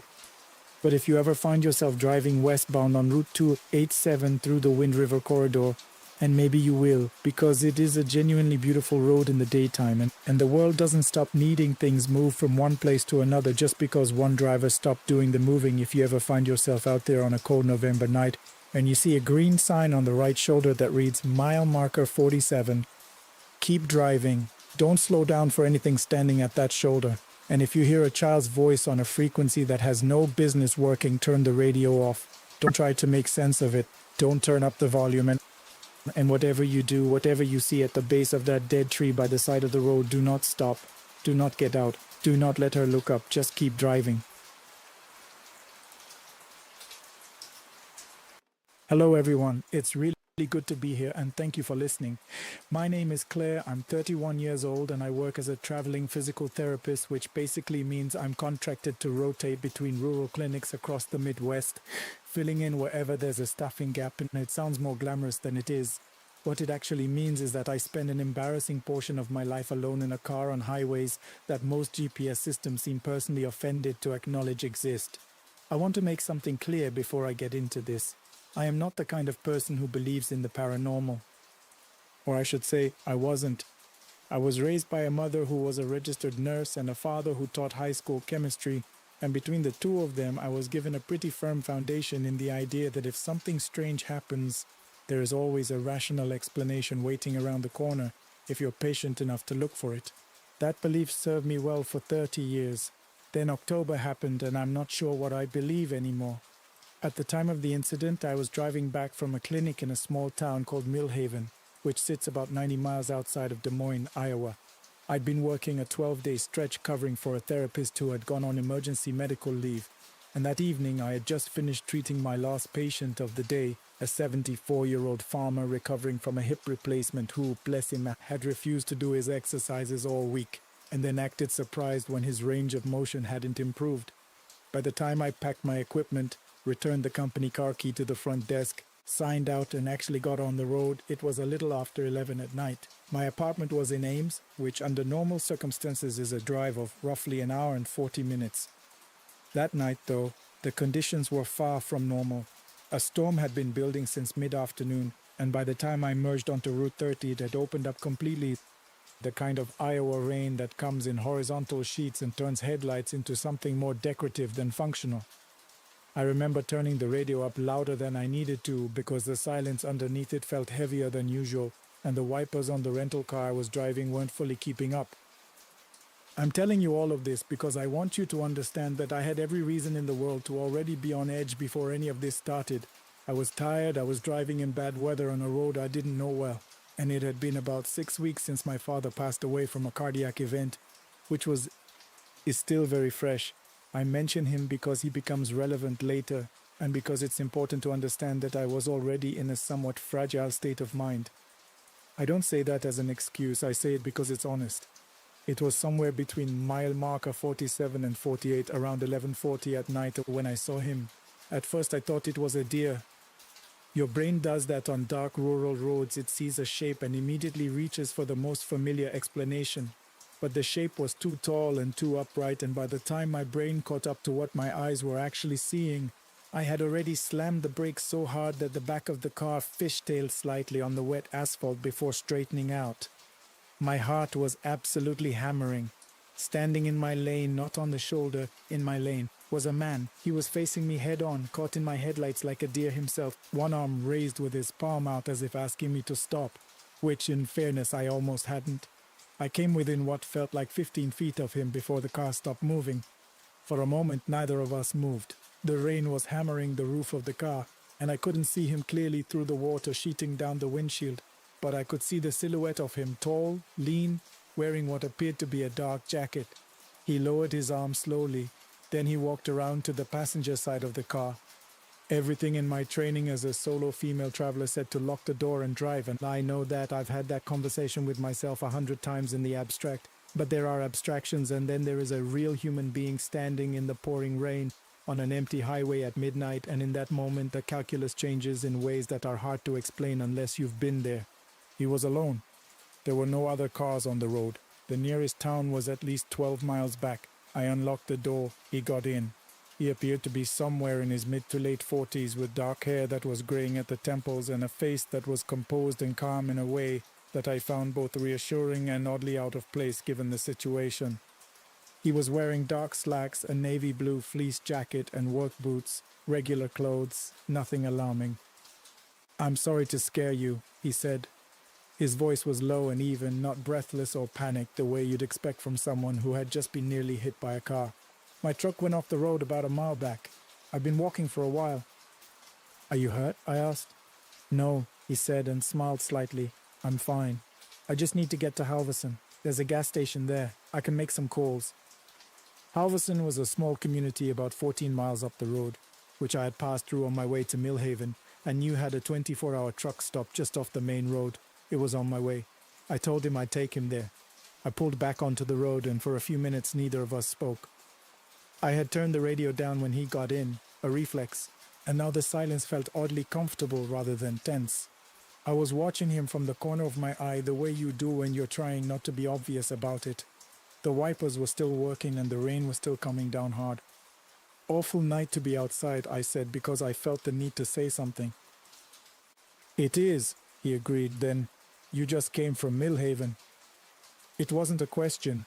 I assumed he'd seen the clinic's parking pass on the dashboard. I'd forgotten to take it off, so I didn't find it particularly strange. "Yeah, long week," I said. Physical therapy, right, for the rural clinics?" That one gave me a small pause. The parking pass just said the clinic name, not the specialty. But the clinic in Millhaven was a general rehabilitation center, and it wasn't a stretch for someone familiar with the area to know what they did there. I told myself that. "You sound tired," he said. "I am," I admitted. "I've been out here for almost 2 weeks." He nodded, looking straight ahead through the windshield. "Hard to be away from home for that long, especially lately." I didn't respond to that. There was something about the way he said, especially lately, that pulled at something in my chest, but I couldn't place it, and I didn't want to invite a conversation about my father with a stranger in my car at midnight, so I let it go. The miles ticked by. I glanced at the clock on the dashboard. 11:52. The rain had lightened up very slightly, or maybe I was just getting used to it. I remember noticing how quiet he was. Not uncomfortable quiet, just still. He had his hands resting in his lap and he wasn't looking at his phone or fidgeting or doing any of the things that passengers normally do when they're nervous or bored. He was just sitting there looking at the road ahead. At some point, I turned the heater up slightly because I figured he had to be cold and wet. That was when I noticed something that I filed away without fully processing in the moment. He wasn't wet. I don't mean damp, but starting to dry. I mean that when I glanced over at him, his jacket didn't have the dark saturation of soaked fabric. His hair wasn't plastered to his head. His hands resting in his lap were dry, not just the hands, the sleeves, the collar, all of it. He looked like someone who had walked from a warm house and gotten into a car, not someone who had been standing in a downpour. I noticed it and then I set it aside because my brain offered me an explanation before I could even ask the question. Maybe the jacket was waterproof, maybe his hair doesn't show it, and maybe it's dark and you can't see clearly. All of those things felt plausible enough that I accepted them without pushing further. That's what our minds do. That's what my mind did. "Take the Grover Road exit," he said.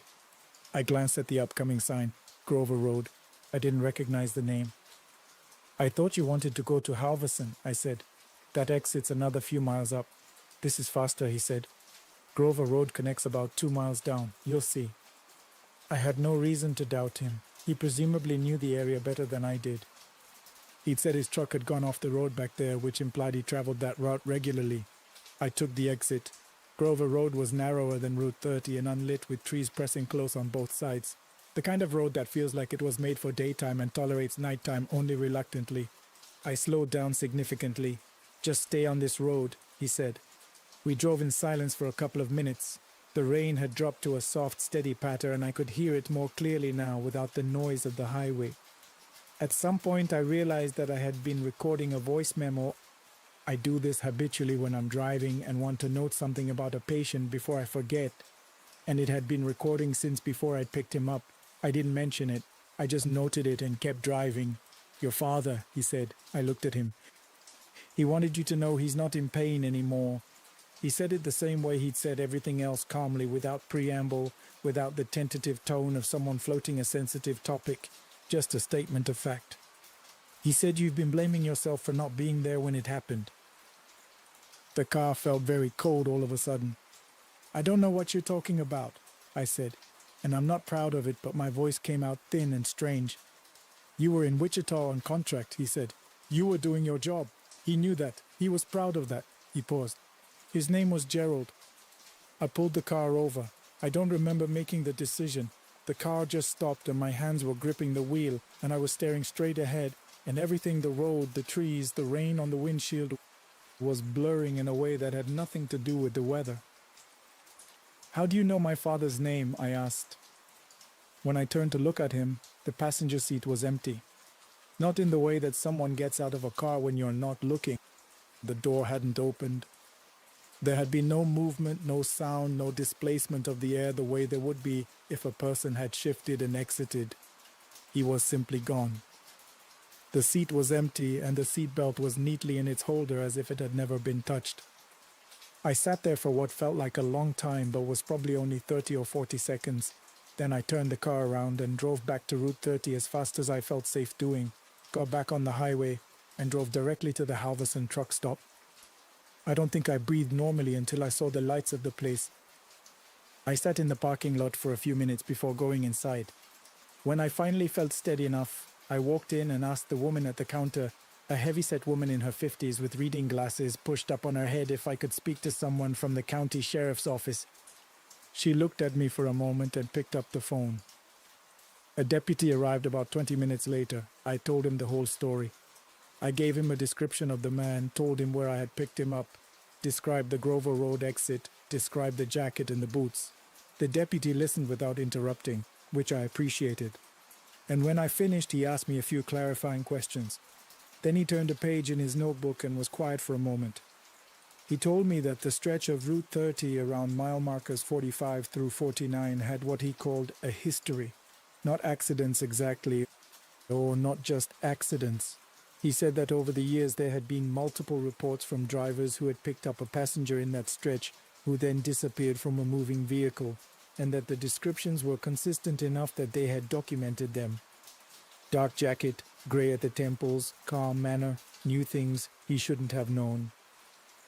He said the reports had started around 12 years ago, not long after a man named Patrick Wren, 47 years old, had gone off the road in that exact area during a rainstorm and died before anyone could reach him. He had been trying to flag down help. He showed me a photograph from a county record. It was a driver's license photo, low resolution and slightly faded, but clear enough. It was him. I went back to my car after the deputy left and I sat there for a long time. Eventually I remembered the voice memo and played it back. You could hear the rain and my voice asking if he was hurt, saying I'd take him to Halverson, remarking that it was an awful night to be outside. All of it was there, but where his voice should have been, answering my questions, there was only silence, just my half of the conversation talking into empty air. I've thought about it every day since then. I've looked up Patrick Wren and found the accident report, the obituary, the photograph that matched the man who sat in my car. I've thought about what he said about my father, about Gerald, about not being in pain anymore, and I've turned it over and over the way you turn a stone looking for something underneath it. I don't have an explanation. I spent the first week after it happened convincing myself I'd fallen asleep at the wheel and dreamed the whole encounter. But there are two things that prevent me from landing on that. The first is the voice memo. The second is that the morning after it happened, I found the passenger seat of that rental car was entirely dry, even though the rain had been coming down that hard and he'd gotten in off a wet highway. The car was wet everywhere else. The floor mat on the passenger side was bone dry. My mother, the registered nurse, the empiricist, told me when I finally told her the story that grief can do strange things to the mind and that I needed to be gentle with myself and give it time. Maybe she's right. I really want her to be right. But I still can't listen to that voice memo. I've tried twice and I don't think I'll try a third time. Some things are harder to explain away than others, and I've found that I'm not as committed to finding rational explanations as I used to be. If you're ever driving Route 30 late at night and it's raining, I'm not going to tell you not to help someone who needs it. I don't think I would do anything differently, honestly, even knowing what I know now. What I will say is this: before you let someone in, take a good look at whether the rain is touching them, because if it isn't, well, that's a conversation you're going to be thinking about for a long time. Thank you for listening, everyone. Take care of yourselves out there. We continue. My name is Marcus Webb, and I've been running cranes along the Gulf Coast for going on 23 years. I'm 51 now. Started when I was 28 on a refinery expansion outside Beaumont, Texas. Didn't know a thing about the work except that it paid 3 times what I was making at the feed store. My foreman at the time, a man named Dale who chewed tobacco from sunup to sundown, put me in a cab and said, "Son, the one rule is don't drop anything. Everything else you can learn." I learned everything else. I worked refineries, I worked bridge construction, I worked offshore platform assembly on barges out in the Gulf. I've lifted beams the size of school buses and set them down within half an inch of where the engineer wanted them. It's not a glamorous job. People don't know your name, and they see the finished bridge or the finished building, and they don't think about the man who spent 14 hours a day in a cab, the size of a phone booth, doing the most precise and dangerous work in the whole operation. But I was never bitter about it. That work bought us a house in Nederland, Texas, put my older boy through Texas State, and right now is keeping my younger son in his second year of engineering at UT Austin. My wife Sandra has never had to worry about the electricity bill, not once in 20 years. I'm proud of that. I want to tell you what happened to me about 4 years ago. I don't tell this story easily, and I'm going to ask you to hold your judgment until the end, because I know how it sounds. I know how all of it sounds. It was late October, and I was working a major expansion project on a chemical plant south of Port Arthur. 300-foot tower crane, industrial lifting work, 12-hour shifts. We were behind schedule because a subcontractor had delivered the wrong anchor bolts for the secondary column. I won't bore you with the details, and the foreman was pushing everyone hard to make up lost time. I had been working 10 days straight, not 10 8-hour days, 10 12-hour days, some of them going longer. I don't say that to excuse what happened, I say it because it matters. A crane operator running on 4 hours of sleep is as dangerous as a drunk driver, and everyone in the industry knows this, and nobody does anything about it when there's a schedule to keep. I was bringing down a spreader bar 4,000 pounds of steel rigging hardware from the second hook point. Routine lift. I had done this particular movement probably 40 times on that job site alone. But on the 41st time, something went wrong with the secondary brake mechanism on the ladder access hatch I had propped open for ventilation. The hatch swung loose in a gust off the Gulf, struck my control console, and the shock knocked me backward. I went through the open access door of the cab. I fell 38 feet. I know it was 38 because the OSHA inspector measured it afterward. To give you a sense of scale, that's a 4-story building. A man who falls from a 4-story building has roughly a 30% chance of surviving. I survived because I hit a temporary scaffolding platform that had been installed the week before, a platform that, by all rights, should not still have been there. The subcontractor had missed its scheduled removal by 5 days. His delay, which had frustrated everyone on the project, is the reason I am alive. I broke 7 ribs, my left collarbone, my left forearm in 2 places, and I fractured 3 vertebrae in my lower back. I was in the hospital for 11 days and in a rehabilitation program for 4 months after that. Sandra barely left my side for those 11 days. She slept in the chair next to my bed and ate vending machine sandwiches and didn't complain once. My sons drove in on weekends. The older one, Tyler, tried hard not to show how scared he was. The younger one, Cole, didn't try at all. He just held my hand and cried, and I think I love him the most for that, for not pretending. I came back to work 7 months after the accident. Getting back into a crane cab was one of the hardest things I've ever done. My body had healed, but something in my mind hadn't caught up. Every time the cab swayed in the wind, which it does, which is completely normal, which it has always done, my heart would seize like a fist was squeezing it. I gripped the controls harder than I needed to. I ran lifts 10% slower than spec. My superintendent pulled me aside in the 3rd week and said without cruelty that I should think hard about whether this was still the right job for me. I told him to give me time. He did. And he was right to, because by the 4th month back, I had found something close to my old self again. The fear never left completely, I don't think it ever does, but I learned to work alongside it. The way you learn to work alongside a nagging joint pain that's always there but doesn't stop you. I thought the worst was over. I was wrong. The first time it happened, I was riding to the job site at 5:30 in the morning in my truck. The sky was that dark purple-gray it gets before the sun properly rises, and the road out to the plant was empty except for me and the occasional 18-wheeler running east. I had the radio on low, a country station out of Beaumont. I glanced at the passenger side window. There was a man falling, and not outside the window, that's what my brain showed me, a full and complete image of a man in a yellow hard hat and orange vest falling from height, arms out, the posture of someone who has just realized there is nothing below them. The image lasted maybe 2 seconds, then it was gone and there was just the dark road and the radio. I pulled over. Sat there for 5 minutes with my hands on the wheel. I told myself it was a half dream, a hypnagogic flash. I had read about those in a pamphlet at the rehabilitation clinic, how the brain sometimes projects waking dream images during periods of fatigue or stress. I told myself that and drove the rest of the way to the site. 3 days later, a rigger named Pete Galloway fell from a secondary platform on the east side of the structure we were working on. He dropped 22 feet, landed wrong, and shattered his pelvis. He lived, but he never worked construction again. I sat in my cab after they called the ambulance and looked at my own hands for a long time. The second time was 6 weeks later. This one I saw in the rearview mirror of my truck as I was pulling out of the company yard after a shift. A flash of a man in a white shirt, not work clothes, being struck by something large and mechanical.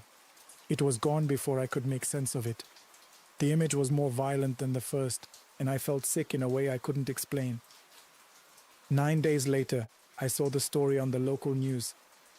A civilian contractor performing routine maintenance on a conveyor system at a grain elevator in Groves had been caught by a restarted belt. The description of what he was wearing, white button-down shirt, he had come from a meeting before the shift, made the hair on my arms stand straight up. I didn't tell Sandra. I didn't want her to worry. I had started seeing a counselor after the accident. A calm woman named Dr. Reyes who specialized in occupational trauma, and I told her about the visions during our next session. She said what therapists say. Trauma can produce vivid, intrusive imagery. The mind sometimes creates false pattern recognition. These experiences can feel prophetic without being so. Confirmation bias. I nodded and said that made sense and drove home and sat in the dark in my truck in the driveway for 20 minutes before going inside. I wanted her to be right. The third vision came on a Tuesday night in November, and this one I was not in any vehicle, half asleep or otherwise distracted. I was standing in the yard behind my house, burning brush in the fire pit Sandra and I had built the previous spring. The air smelled like cedar and dry leaves. The sky was clear and full of stars. I was having a genuinely good evening. I looked into the fire. And in the fire I saw the cab of a tower crane, the specific cab of the leave here unit I operated every day, engulfed from below. Not a fire spreading up to it. A fire starting at the base of the tower and consuming the entire structure within seconds, moving with a speed that no real fire moves. And inside the cab I saw a figure in the operator's seat. The figure turned toward me. I could not see the face clearly through the smoke and the glass, but I saw the left hand. I saw the wedding ring on the fourth finger, the one Sandra had placed there 22 years ago, a simple gold band I had never once removed. The figure beat against the glass. The cab exploded. I was on my knees in the grass, and I don't know when I got there. Sandra came out through the back door, alarmed by some sound I must have made, and I told her I had slipped on the wet ground. She believed me. I needed her to believe me. I will not describe the weeks that followed except to say that I became a different kind of person. I ran pre-shift safety checks that lasted 45 minutes instead of the standard 10. I refused to operate in wind conditions above 15 miles per hour, which is a full 10 miles below the rated safety threshold. I carried a fire extinguisher in the cab, which is not regulation equipment for that position. My superintendent spoke to me twice, then formally. I was burning through goodwill I had spent years building, and I couldn't explain why. My co-worker and friend Darnell, we had worked together for 8 years, and I trust him more than almost anyone, noticed the change and asked me directly what was wrong one evening over dinner at a diner off the highway. He was not a man who asked such things lightly. I told him, all of it. The visions, the 2 that came true, the third one in the fire with the ring. Darnell is a practical man. He was quiet for a long time. Then he said, "Marcus, I have to ask you something. Did all of this start after your fall?" I told him yes. He nodded slowly. He said he had heard of this before, not often, not as something people talked about openly, but he said that in his experience, the men who survive the worst accidents sometimes come back with something that didn't leave with them when they got out of the hospital. He said he thought it might be worth talking to a man named Leonard Greer, a retired rigger who had worked the Gulf platforms in the 80s and 90s and was now living somewhere outside of Vidor. He said Leonard had gone through something similar years ago, and that he didn't talk about it publicly, but that he might talk to me. I asked Darnell how he knew about Leonard. He looked at his coffee and said, "Because of how he lives now. You'll understand when you see him." Leonard Greer lived in a small clapboard house at the end of a gravel road about 12 miles outside of Vidor, surrounded by East Texas pines so tall and dense they made the house feel like it sat at the bottom of a canyon. The yard was immaculate, not in the way of a man who takes pride in it, but in the way of a man who maintains things because maintenance is the only routine left.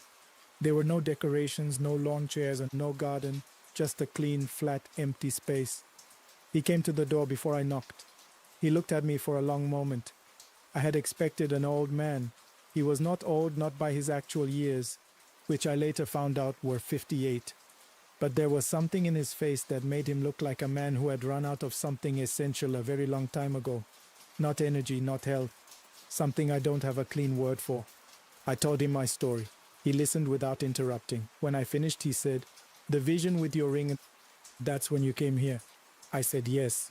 He was quiet for a moment. Then he said, "You want to know if there's a way out?" I said yes. He let me in. Leonard told me that after his own accident, a crane collapsed in 1994 on a platform 30 miles offshore that killed 3 men and should have killed him. He had experienced the same progression. Visions that came true. Escalation. Then the vision of himself. He had sought out a man who pointed him toward a specific ritual, performed at midnight, which he described only in general terms. He said the ritual was a negotiation. He said the outcome was that his death, which had been approaching, receded. He had lived 30 more years beyond what he should have. But, he said, he showed me his living room, a couch, a television, a table with a single coffee mug on it, washed and dried and placed there with no particular care. There were no photographs anywhere. There had been photographs once you could see the faint rectangular shadows on the paint where frames had hung for years and then been taken down. My wife's name was Carol, he said. She left 12 years ago. My daughter calls on my birthday. She calls because she feels she should, not because she wants to. The last time she came to visit, the last time I let her come, I should say, she cried the whole drive home. I know because she told a mutual friend. She said being with me was like sitting in a room with a body. He let that land. I'm not telling you I feel pain about this, he continued. That's what I'm trying to explain to you. I don't feel pain about it. I don't feel anything about it. I know the way you know an arithmetic fact that those were the people I loved most in the world. I cannot access that love anymore. It isn't there. The ritual extended my life, and the cost was everything that makes a life worth living. He told me to go home, and he told me to take out a life insurance policy, large enough to keep Sandra and the boys stable for a decade, and to drive carefully, and to accept what was coming. The 30 years I've had since Carol left, he said, standing at his door as I left. Those aren't 30 years of living. That's 30 years of waiting to be done. Don't do this. I drove home. I sat in the driveway again. I thought about Cole crying in the hospital room, holding my hand. I thought about Sandra sleeping in that chair for 11 nights. I thought about Tyler, who had driven 4 hours one way every Saturday for 8 weeks during my rehab, without being asked, without making a thing of it. I called Dr. Reyes in the morning and cancelled my appointment. I made a phone call back to Leonard and asked for the details he had withheld. He gave them to me, reluctantly and with one final repetition of his warning, which I heard but did not listen to. I performed the ritual 3 nights later, alone, in an open field off Highway 87 near the coast at midnight. I will not describe what I saw or what I agreed to. I will say that Leonard was right about one thing he had mentioned only briefly. Whatever you face in that hour is not a symbol or a metaphor. It is something that sees you precisely and completely, and the experience of being seen that clearly by something that old and that indifferent is not something you come back from unchanged in some minor way. I came back changed in a major way. The vision stopped. I returned to full operating capacity at work. My superintendent was relieved. Sandra said I seemed more like myself. I ran my cranes well and carefully and without incident. For 3 months I believed that I had beaten the cost somehow, that I was different from Leonard, that what he had lost I would be able to hold on to. The first thing I lost was music. I had always loved music not as a hobby, but in the deep way some people do, where the right song at the right moment can crack something open in your chest. That stopped. Not gradually. It stopped the way a light stops when you cut the power. I drove to work in silence because the radio produced nothing in me anymore. Then food. Then the satisfaction of a clean, precise lifted thing I had been proud of for 2 decades. Then the pleasure of cold water after a hot day. These things happened over about 6 weeks, and I watched them go the way you watch objects receding in a rear-view mirror, knowing they are moving away, but unable to do anything about it. Sandra noticed first. She is not a woman who misses things. She asked me one evening if I was depressed, and I said no, because depressed implies suffering, and what I was experiencing was not suffering. It was the absence of everything that suffering and joy are made of. She cried. I watched her cry and understood with perfect clarity that this was a woman I had loved deeply, and that I no longer felt that love in any way I could reach or locate. I knew the fact of it. I could not feel the fact of it. I tried to tell her I loved her. The words came out correctly. She knew they were hollow. Sandra has always known when I am genuine and when I am not. That has always been one of the things I treasured most about her. I don't treasure it anymore. I've been in this rented house outside of Lumberton for 14 months now. I made sure Sandra had what she needed before I left. I won't speak to the details, but she is stable. Tyler and Cole know that something happened to their father, though not what. Cole called 3 weeks ago. It was a good conversation by external measure. He told me about a project he was working on for his structures class. I responded appropriately. I asked the right questions. When I hung up, I sat and tried to find in myself the feeling of a father proud of his son, and I could not find it, and that is how I know, beyond any reasoning, that what Leonard told me was completely true and that I should have listened. I work occasional jobs. I sleep a regular number of hours. I eat without hunger or pleasure, out of maintenance. I take walks in the morning because the body requires movement. I watch the sun rise over the pines. And I know intellectually that it is beautiful. I feel nothing about it. I don't tell this story for sympathy. I tell it because Lena told it to me and it didn't change my choice. And maybe it won't change yours either if you ever find yourself in that field at midnight with that decision in front of you. But Lena told me anyway, and I understood later why. Because when you are where I am now, there is nothing left to do but pass the warning forward. There are worse things than dying at the right time. I know that now. I knew it too late. We continue. I want to tell you something that happened about 6 years ago. I've never been able to shake it, and I've thought about it almost every single day since. It was the most extraordinary thing I've ever experienced in my 42 years on this earth, stranger than any storm I've ever ridden out, stranger than anything I'd ever read in a book or seen in a movie. And trust me, after 18 years on commercial fishing boats in Alaska, I've seen plenty of things that would make most people's hair stand on end. I grew up in Seattle, Washington. My father, Richard, worked on the floor of a Boeing assembly plant in Everett. He was a quiet man, steady and hardworking, the kind of man who never missed a day's work in 30 years and never once complained about it. What he truly loved, was fishing. On weekends, he'd take me and my younger sister out on Puget Sound in a second-hand aluminum skiff, and those were the best mornings of my childhood. He taught me how to read the tides, how to tie a proper knot, and how to respect the water. My mother wanted me to go to college, and for a few years I tried. I spent 2 uninspiring semesters at the University of Washington before I couldn't take it anymore.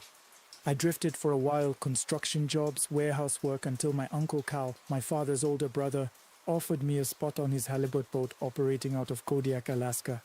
I was 24 years old and I said yes without a second thought.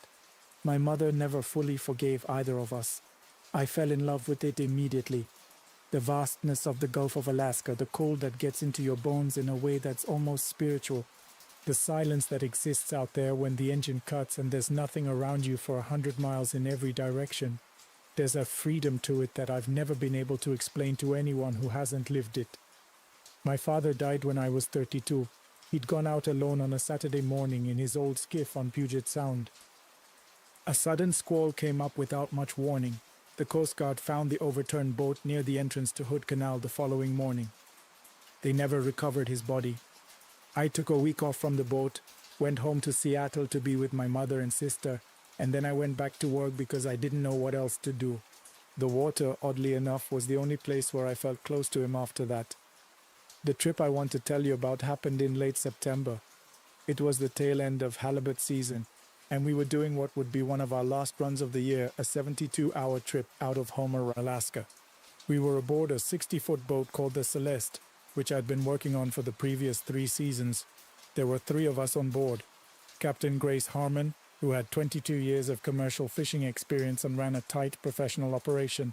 Cole Briggs, our deckhand and engineer, 28 years old and in his 2nd year of full-time fishing, and me. Grace was a formidable woman, compact and strong, with close-cropped silver hair and the kind of calm, certain manner that inspires confidence in other people during bad situations. She'd grown up in Valdez and had seen the aftermath of the '89 oil spill as a teenager, an experience she said had shaped everything about how she thought about the ocean. Cole was a good kid from Fairbanks, still learning but eager and unafraid of hard work. I liked both of them very much. The first day and a half went exactly as planned. Good weather, reasonable seas, decent fishing. We filled about 40% of our hold with halibut by the morning of the 2nd day, which put us on track for a strong run. Then, around 3 in the afternoon on day 2, the fog came. It wasn't unusual to see fog out there, it came with the territory. But this was different from anything I'd experienced in 18 years. It didn't roll in gradually the way fog normally does. It arrived almost instantaneously, as if someone had drawn a curtain across the ocean. One moment we had 30 miles of visibility, and the next we were encased in a dense grey-white wall that reduced our sight range to less than 50 feet. "That's a fast one," Cole said, leaning out of the wheelhouse door. Grace said nothing. She tightened her grip on the wheel, cut our speed, checked the radar, and tried the radio. We got a weather report from Kodiak that indicated some fog in our sector, but nothing unusual. We slowed down and pushed through it, expecting it to thin out. It didn't thin out, it got denser. By 5 o'clock, the radar had started to behave strangely, the return signals flickering and fragmenting in ways that made no sense given what should have been open water all around us. Grace called the Coast Guard station in Homer to report our position and the unusual conditions. She got through initially, exchanged a few words, and then the signal disintegrated into static. Probably atmospheric interference, she said, though she didn't look entirely convinced. What happened next is harder to explain. Sometime around 6 or 7 in the evening, I lost precise track of time, which itself was strange. The ocean went completely flat. Not calm in the normal sense, but absolutely perfectly still. No swells, no chop, not even the gentle rolling that the Celeste maintains as a kind of baseline rhythm, even in the quietest conditions. The water around us was like a pane of dark glass. I've been on the water for nearly 2 decades. I've never seen anything like it. You could have dropped a pebble from the bow, and the ripples would have been the only movement on the surface for as far as you could see through that fog. Grace, I said. I see it, she said quietly. We cut the engine entirely. The silence that followed was absolute. No engine, no wave action against the hull, no wind, nothing. Cole and I stood on the deck, and I think we were both a little afraid to speak. The fog pressed in around us like something with weight to it. We tried everything: GPS, the satellite phone, the emergency beacon. The GPS was giving us a position that placed us approximately 40 miles from where our own charts and dead reckoning said we should be. The satellite phone connected to nothing. The emergency beacon activated, but we had no way of knowing if anyone received the signal. There's something over there, Cole said, pointing off the starboard bow. He was right. Through the fog, in a direction that should have been open ocean, there was a faint amber glow, distant and diffuse, like light filtered through something dense. It wasn't a vessel. Vessel lights are precise and directional. This was something larger, something fixed. Grace studied it for a long time without speaking. That's not on any chart I've ever seen, she finally said. What do you want to do? I asked. She was quiet for another minute. Then, start the engine. We'll approach slowly. It took us almost an hour to find our way through that fog toward the light. The water remained completely still the entire time, which allowed Grace to move us forward at an almost walking pace. Gradually, the glow resolved itself into something coherent. The lighted windows of several small structures on a rocky shoreline and a weathered wooden dock extending into the water. The island, if that's the right word for it, was small. From what I could see, it was perhaps a quarter-mile across, a low, dark shape of rock and scrubby vegetation rising out of that flat, impossible sea. There was a cluster of perhaps 8 or 10 buildings, all of them simple and old-looking, their windows lit with a warm and steady light that reminded me of kerosene lamps. We tied up at the dock. Grace looked at Cole and me with an expression that was equal parts confusion and professional caution. "Stay together," she said. We stepped off the boat and onto the dock. The wood was solid underfoot, old but well maintained. The air here was different from the open ocean, still cold, but somehow softer. Without the salt edge that I always associate with the Gulf of Alaska.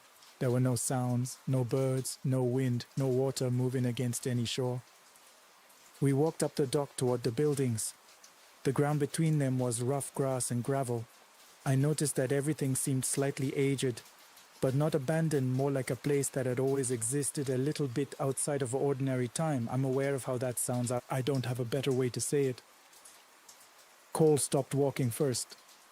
He was staring at a small building on our left, a low structure with a single lighted window. His face had gone pale in the way that has nothing to do with cold. "That's my grandfather's truck," he said. Parked beside the building was an old blue Ford pickup from the early 90s, with a particular dent above the rear passenger wheel well. I watched Cole walk toward it and place his hand on the hood almost reverently, the way you touch something you were sure was gone forever. "He had a sticker on the tailgate," Cole said, his voice barely holding together. "Oregon Coast. He put it there the summer before he died." He walked around to the back of the truck. I followed him. There was a faded blue and white sticker on the tailgate. Oregon Coast. Before either of us could say another word, the door of the building opened, and an older man stepped out, 70s, heavy-set, with a full white beard and reading glasses pushed up on his forehead. Cole made a sound I had never heard from him before, something between a gasp and a sob, and he walked forward as the old man opened his arms. "Pop," Cole said. "Pop, is that really you?" I turned away to give him some privacy, and when I looked back at Grace, she was no longer beside me. I found her 20 yards away, standing completely still in front of one of the other buildings. A younger man, perhaps mid-30s, with Grace's same square jaw and direct eyes, stood in the doorway. Grace had both hands pressed over her mouth. "Kevin," she whispered. It came out barely as a word at all. I didn't know much about Grace's personal life. She kept it private, but I knew she'd had a younger brother who had died of cancer some years before. I kept walking, careful not to intrude. I went to the far end of the settlement, past the last building, to where a flat, rocky shelf extended out into the black water. There was someone sitting there on an overturned wooden crate, working with his hands. As I got closer, I could see he was untangling a hand line, not a commercial rig, but the simple kind my father had used on those Saturday mornings on the Sound when I was a boy. I stopped walking when I was about 15 feet away. He looked up. I have tried to write this moment in my head hundreds of times over the last 6 years, and I still don't have adequate words for it. It was my father, not a memory of my father, not a vision or a trick of the fog. My father with the same hands I'd watched tie 1,000 knots, the same slight tilt of his head when he looked at someone, the same steady presence that had always made me feel, as a child, that everything would be all right. I sat down on the rock beside him. I couldn't speak for a long time, and he seemed to understand that, the way he always had understood things like that without needing them explained. We sat together in the silence. Eventually I put my arms around him and held on, and he held on back, and I cried in a way I hadn't cried since the week they found his overturned boat on the Sound. "I've missed you," I finally managed to say. "I know," he said. "I've been watching." We talked. I don't know how long. It felt like a long time and also like no time at all. I asked him questions I'd been carrying for years, and he answered some of them. He told me he was all right. He told me the water hadn't been a bad way to go, that in the end there had been something peaceful about it, something that surprised him. He told me not to worry. Then he said, "You need to go back to your boat." "I don't want to," I said. "I know," he said, "but it's not your time yet. You have things left to do."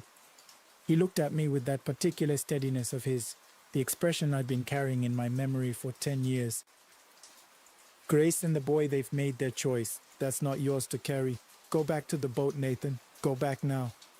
I looked at him for a long time. He held my gaze without wavering. "Will I find this place again?" I asked. "When it's time," he said. "Yes." He stood up with me and walked me back along the waterfront toward the dock. We didn't speak. At the point where the dock began, he stopped. I kept walking. I did not look back because I knew that if I did, I wouldn't be able to make myself keep moving. I found Cole first.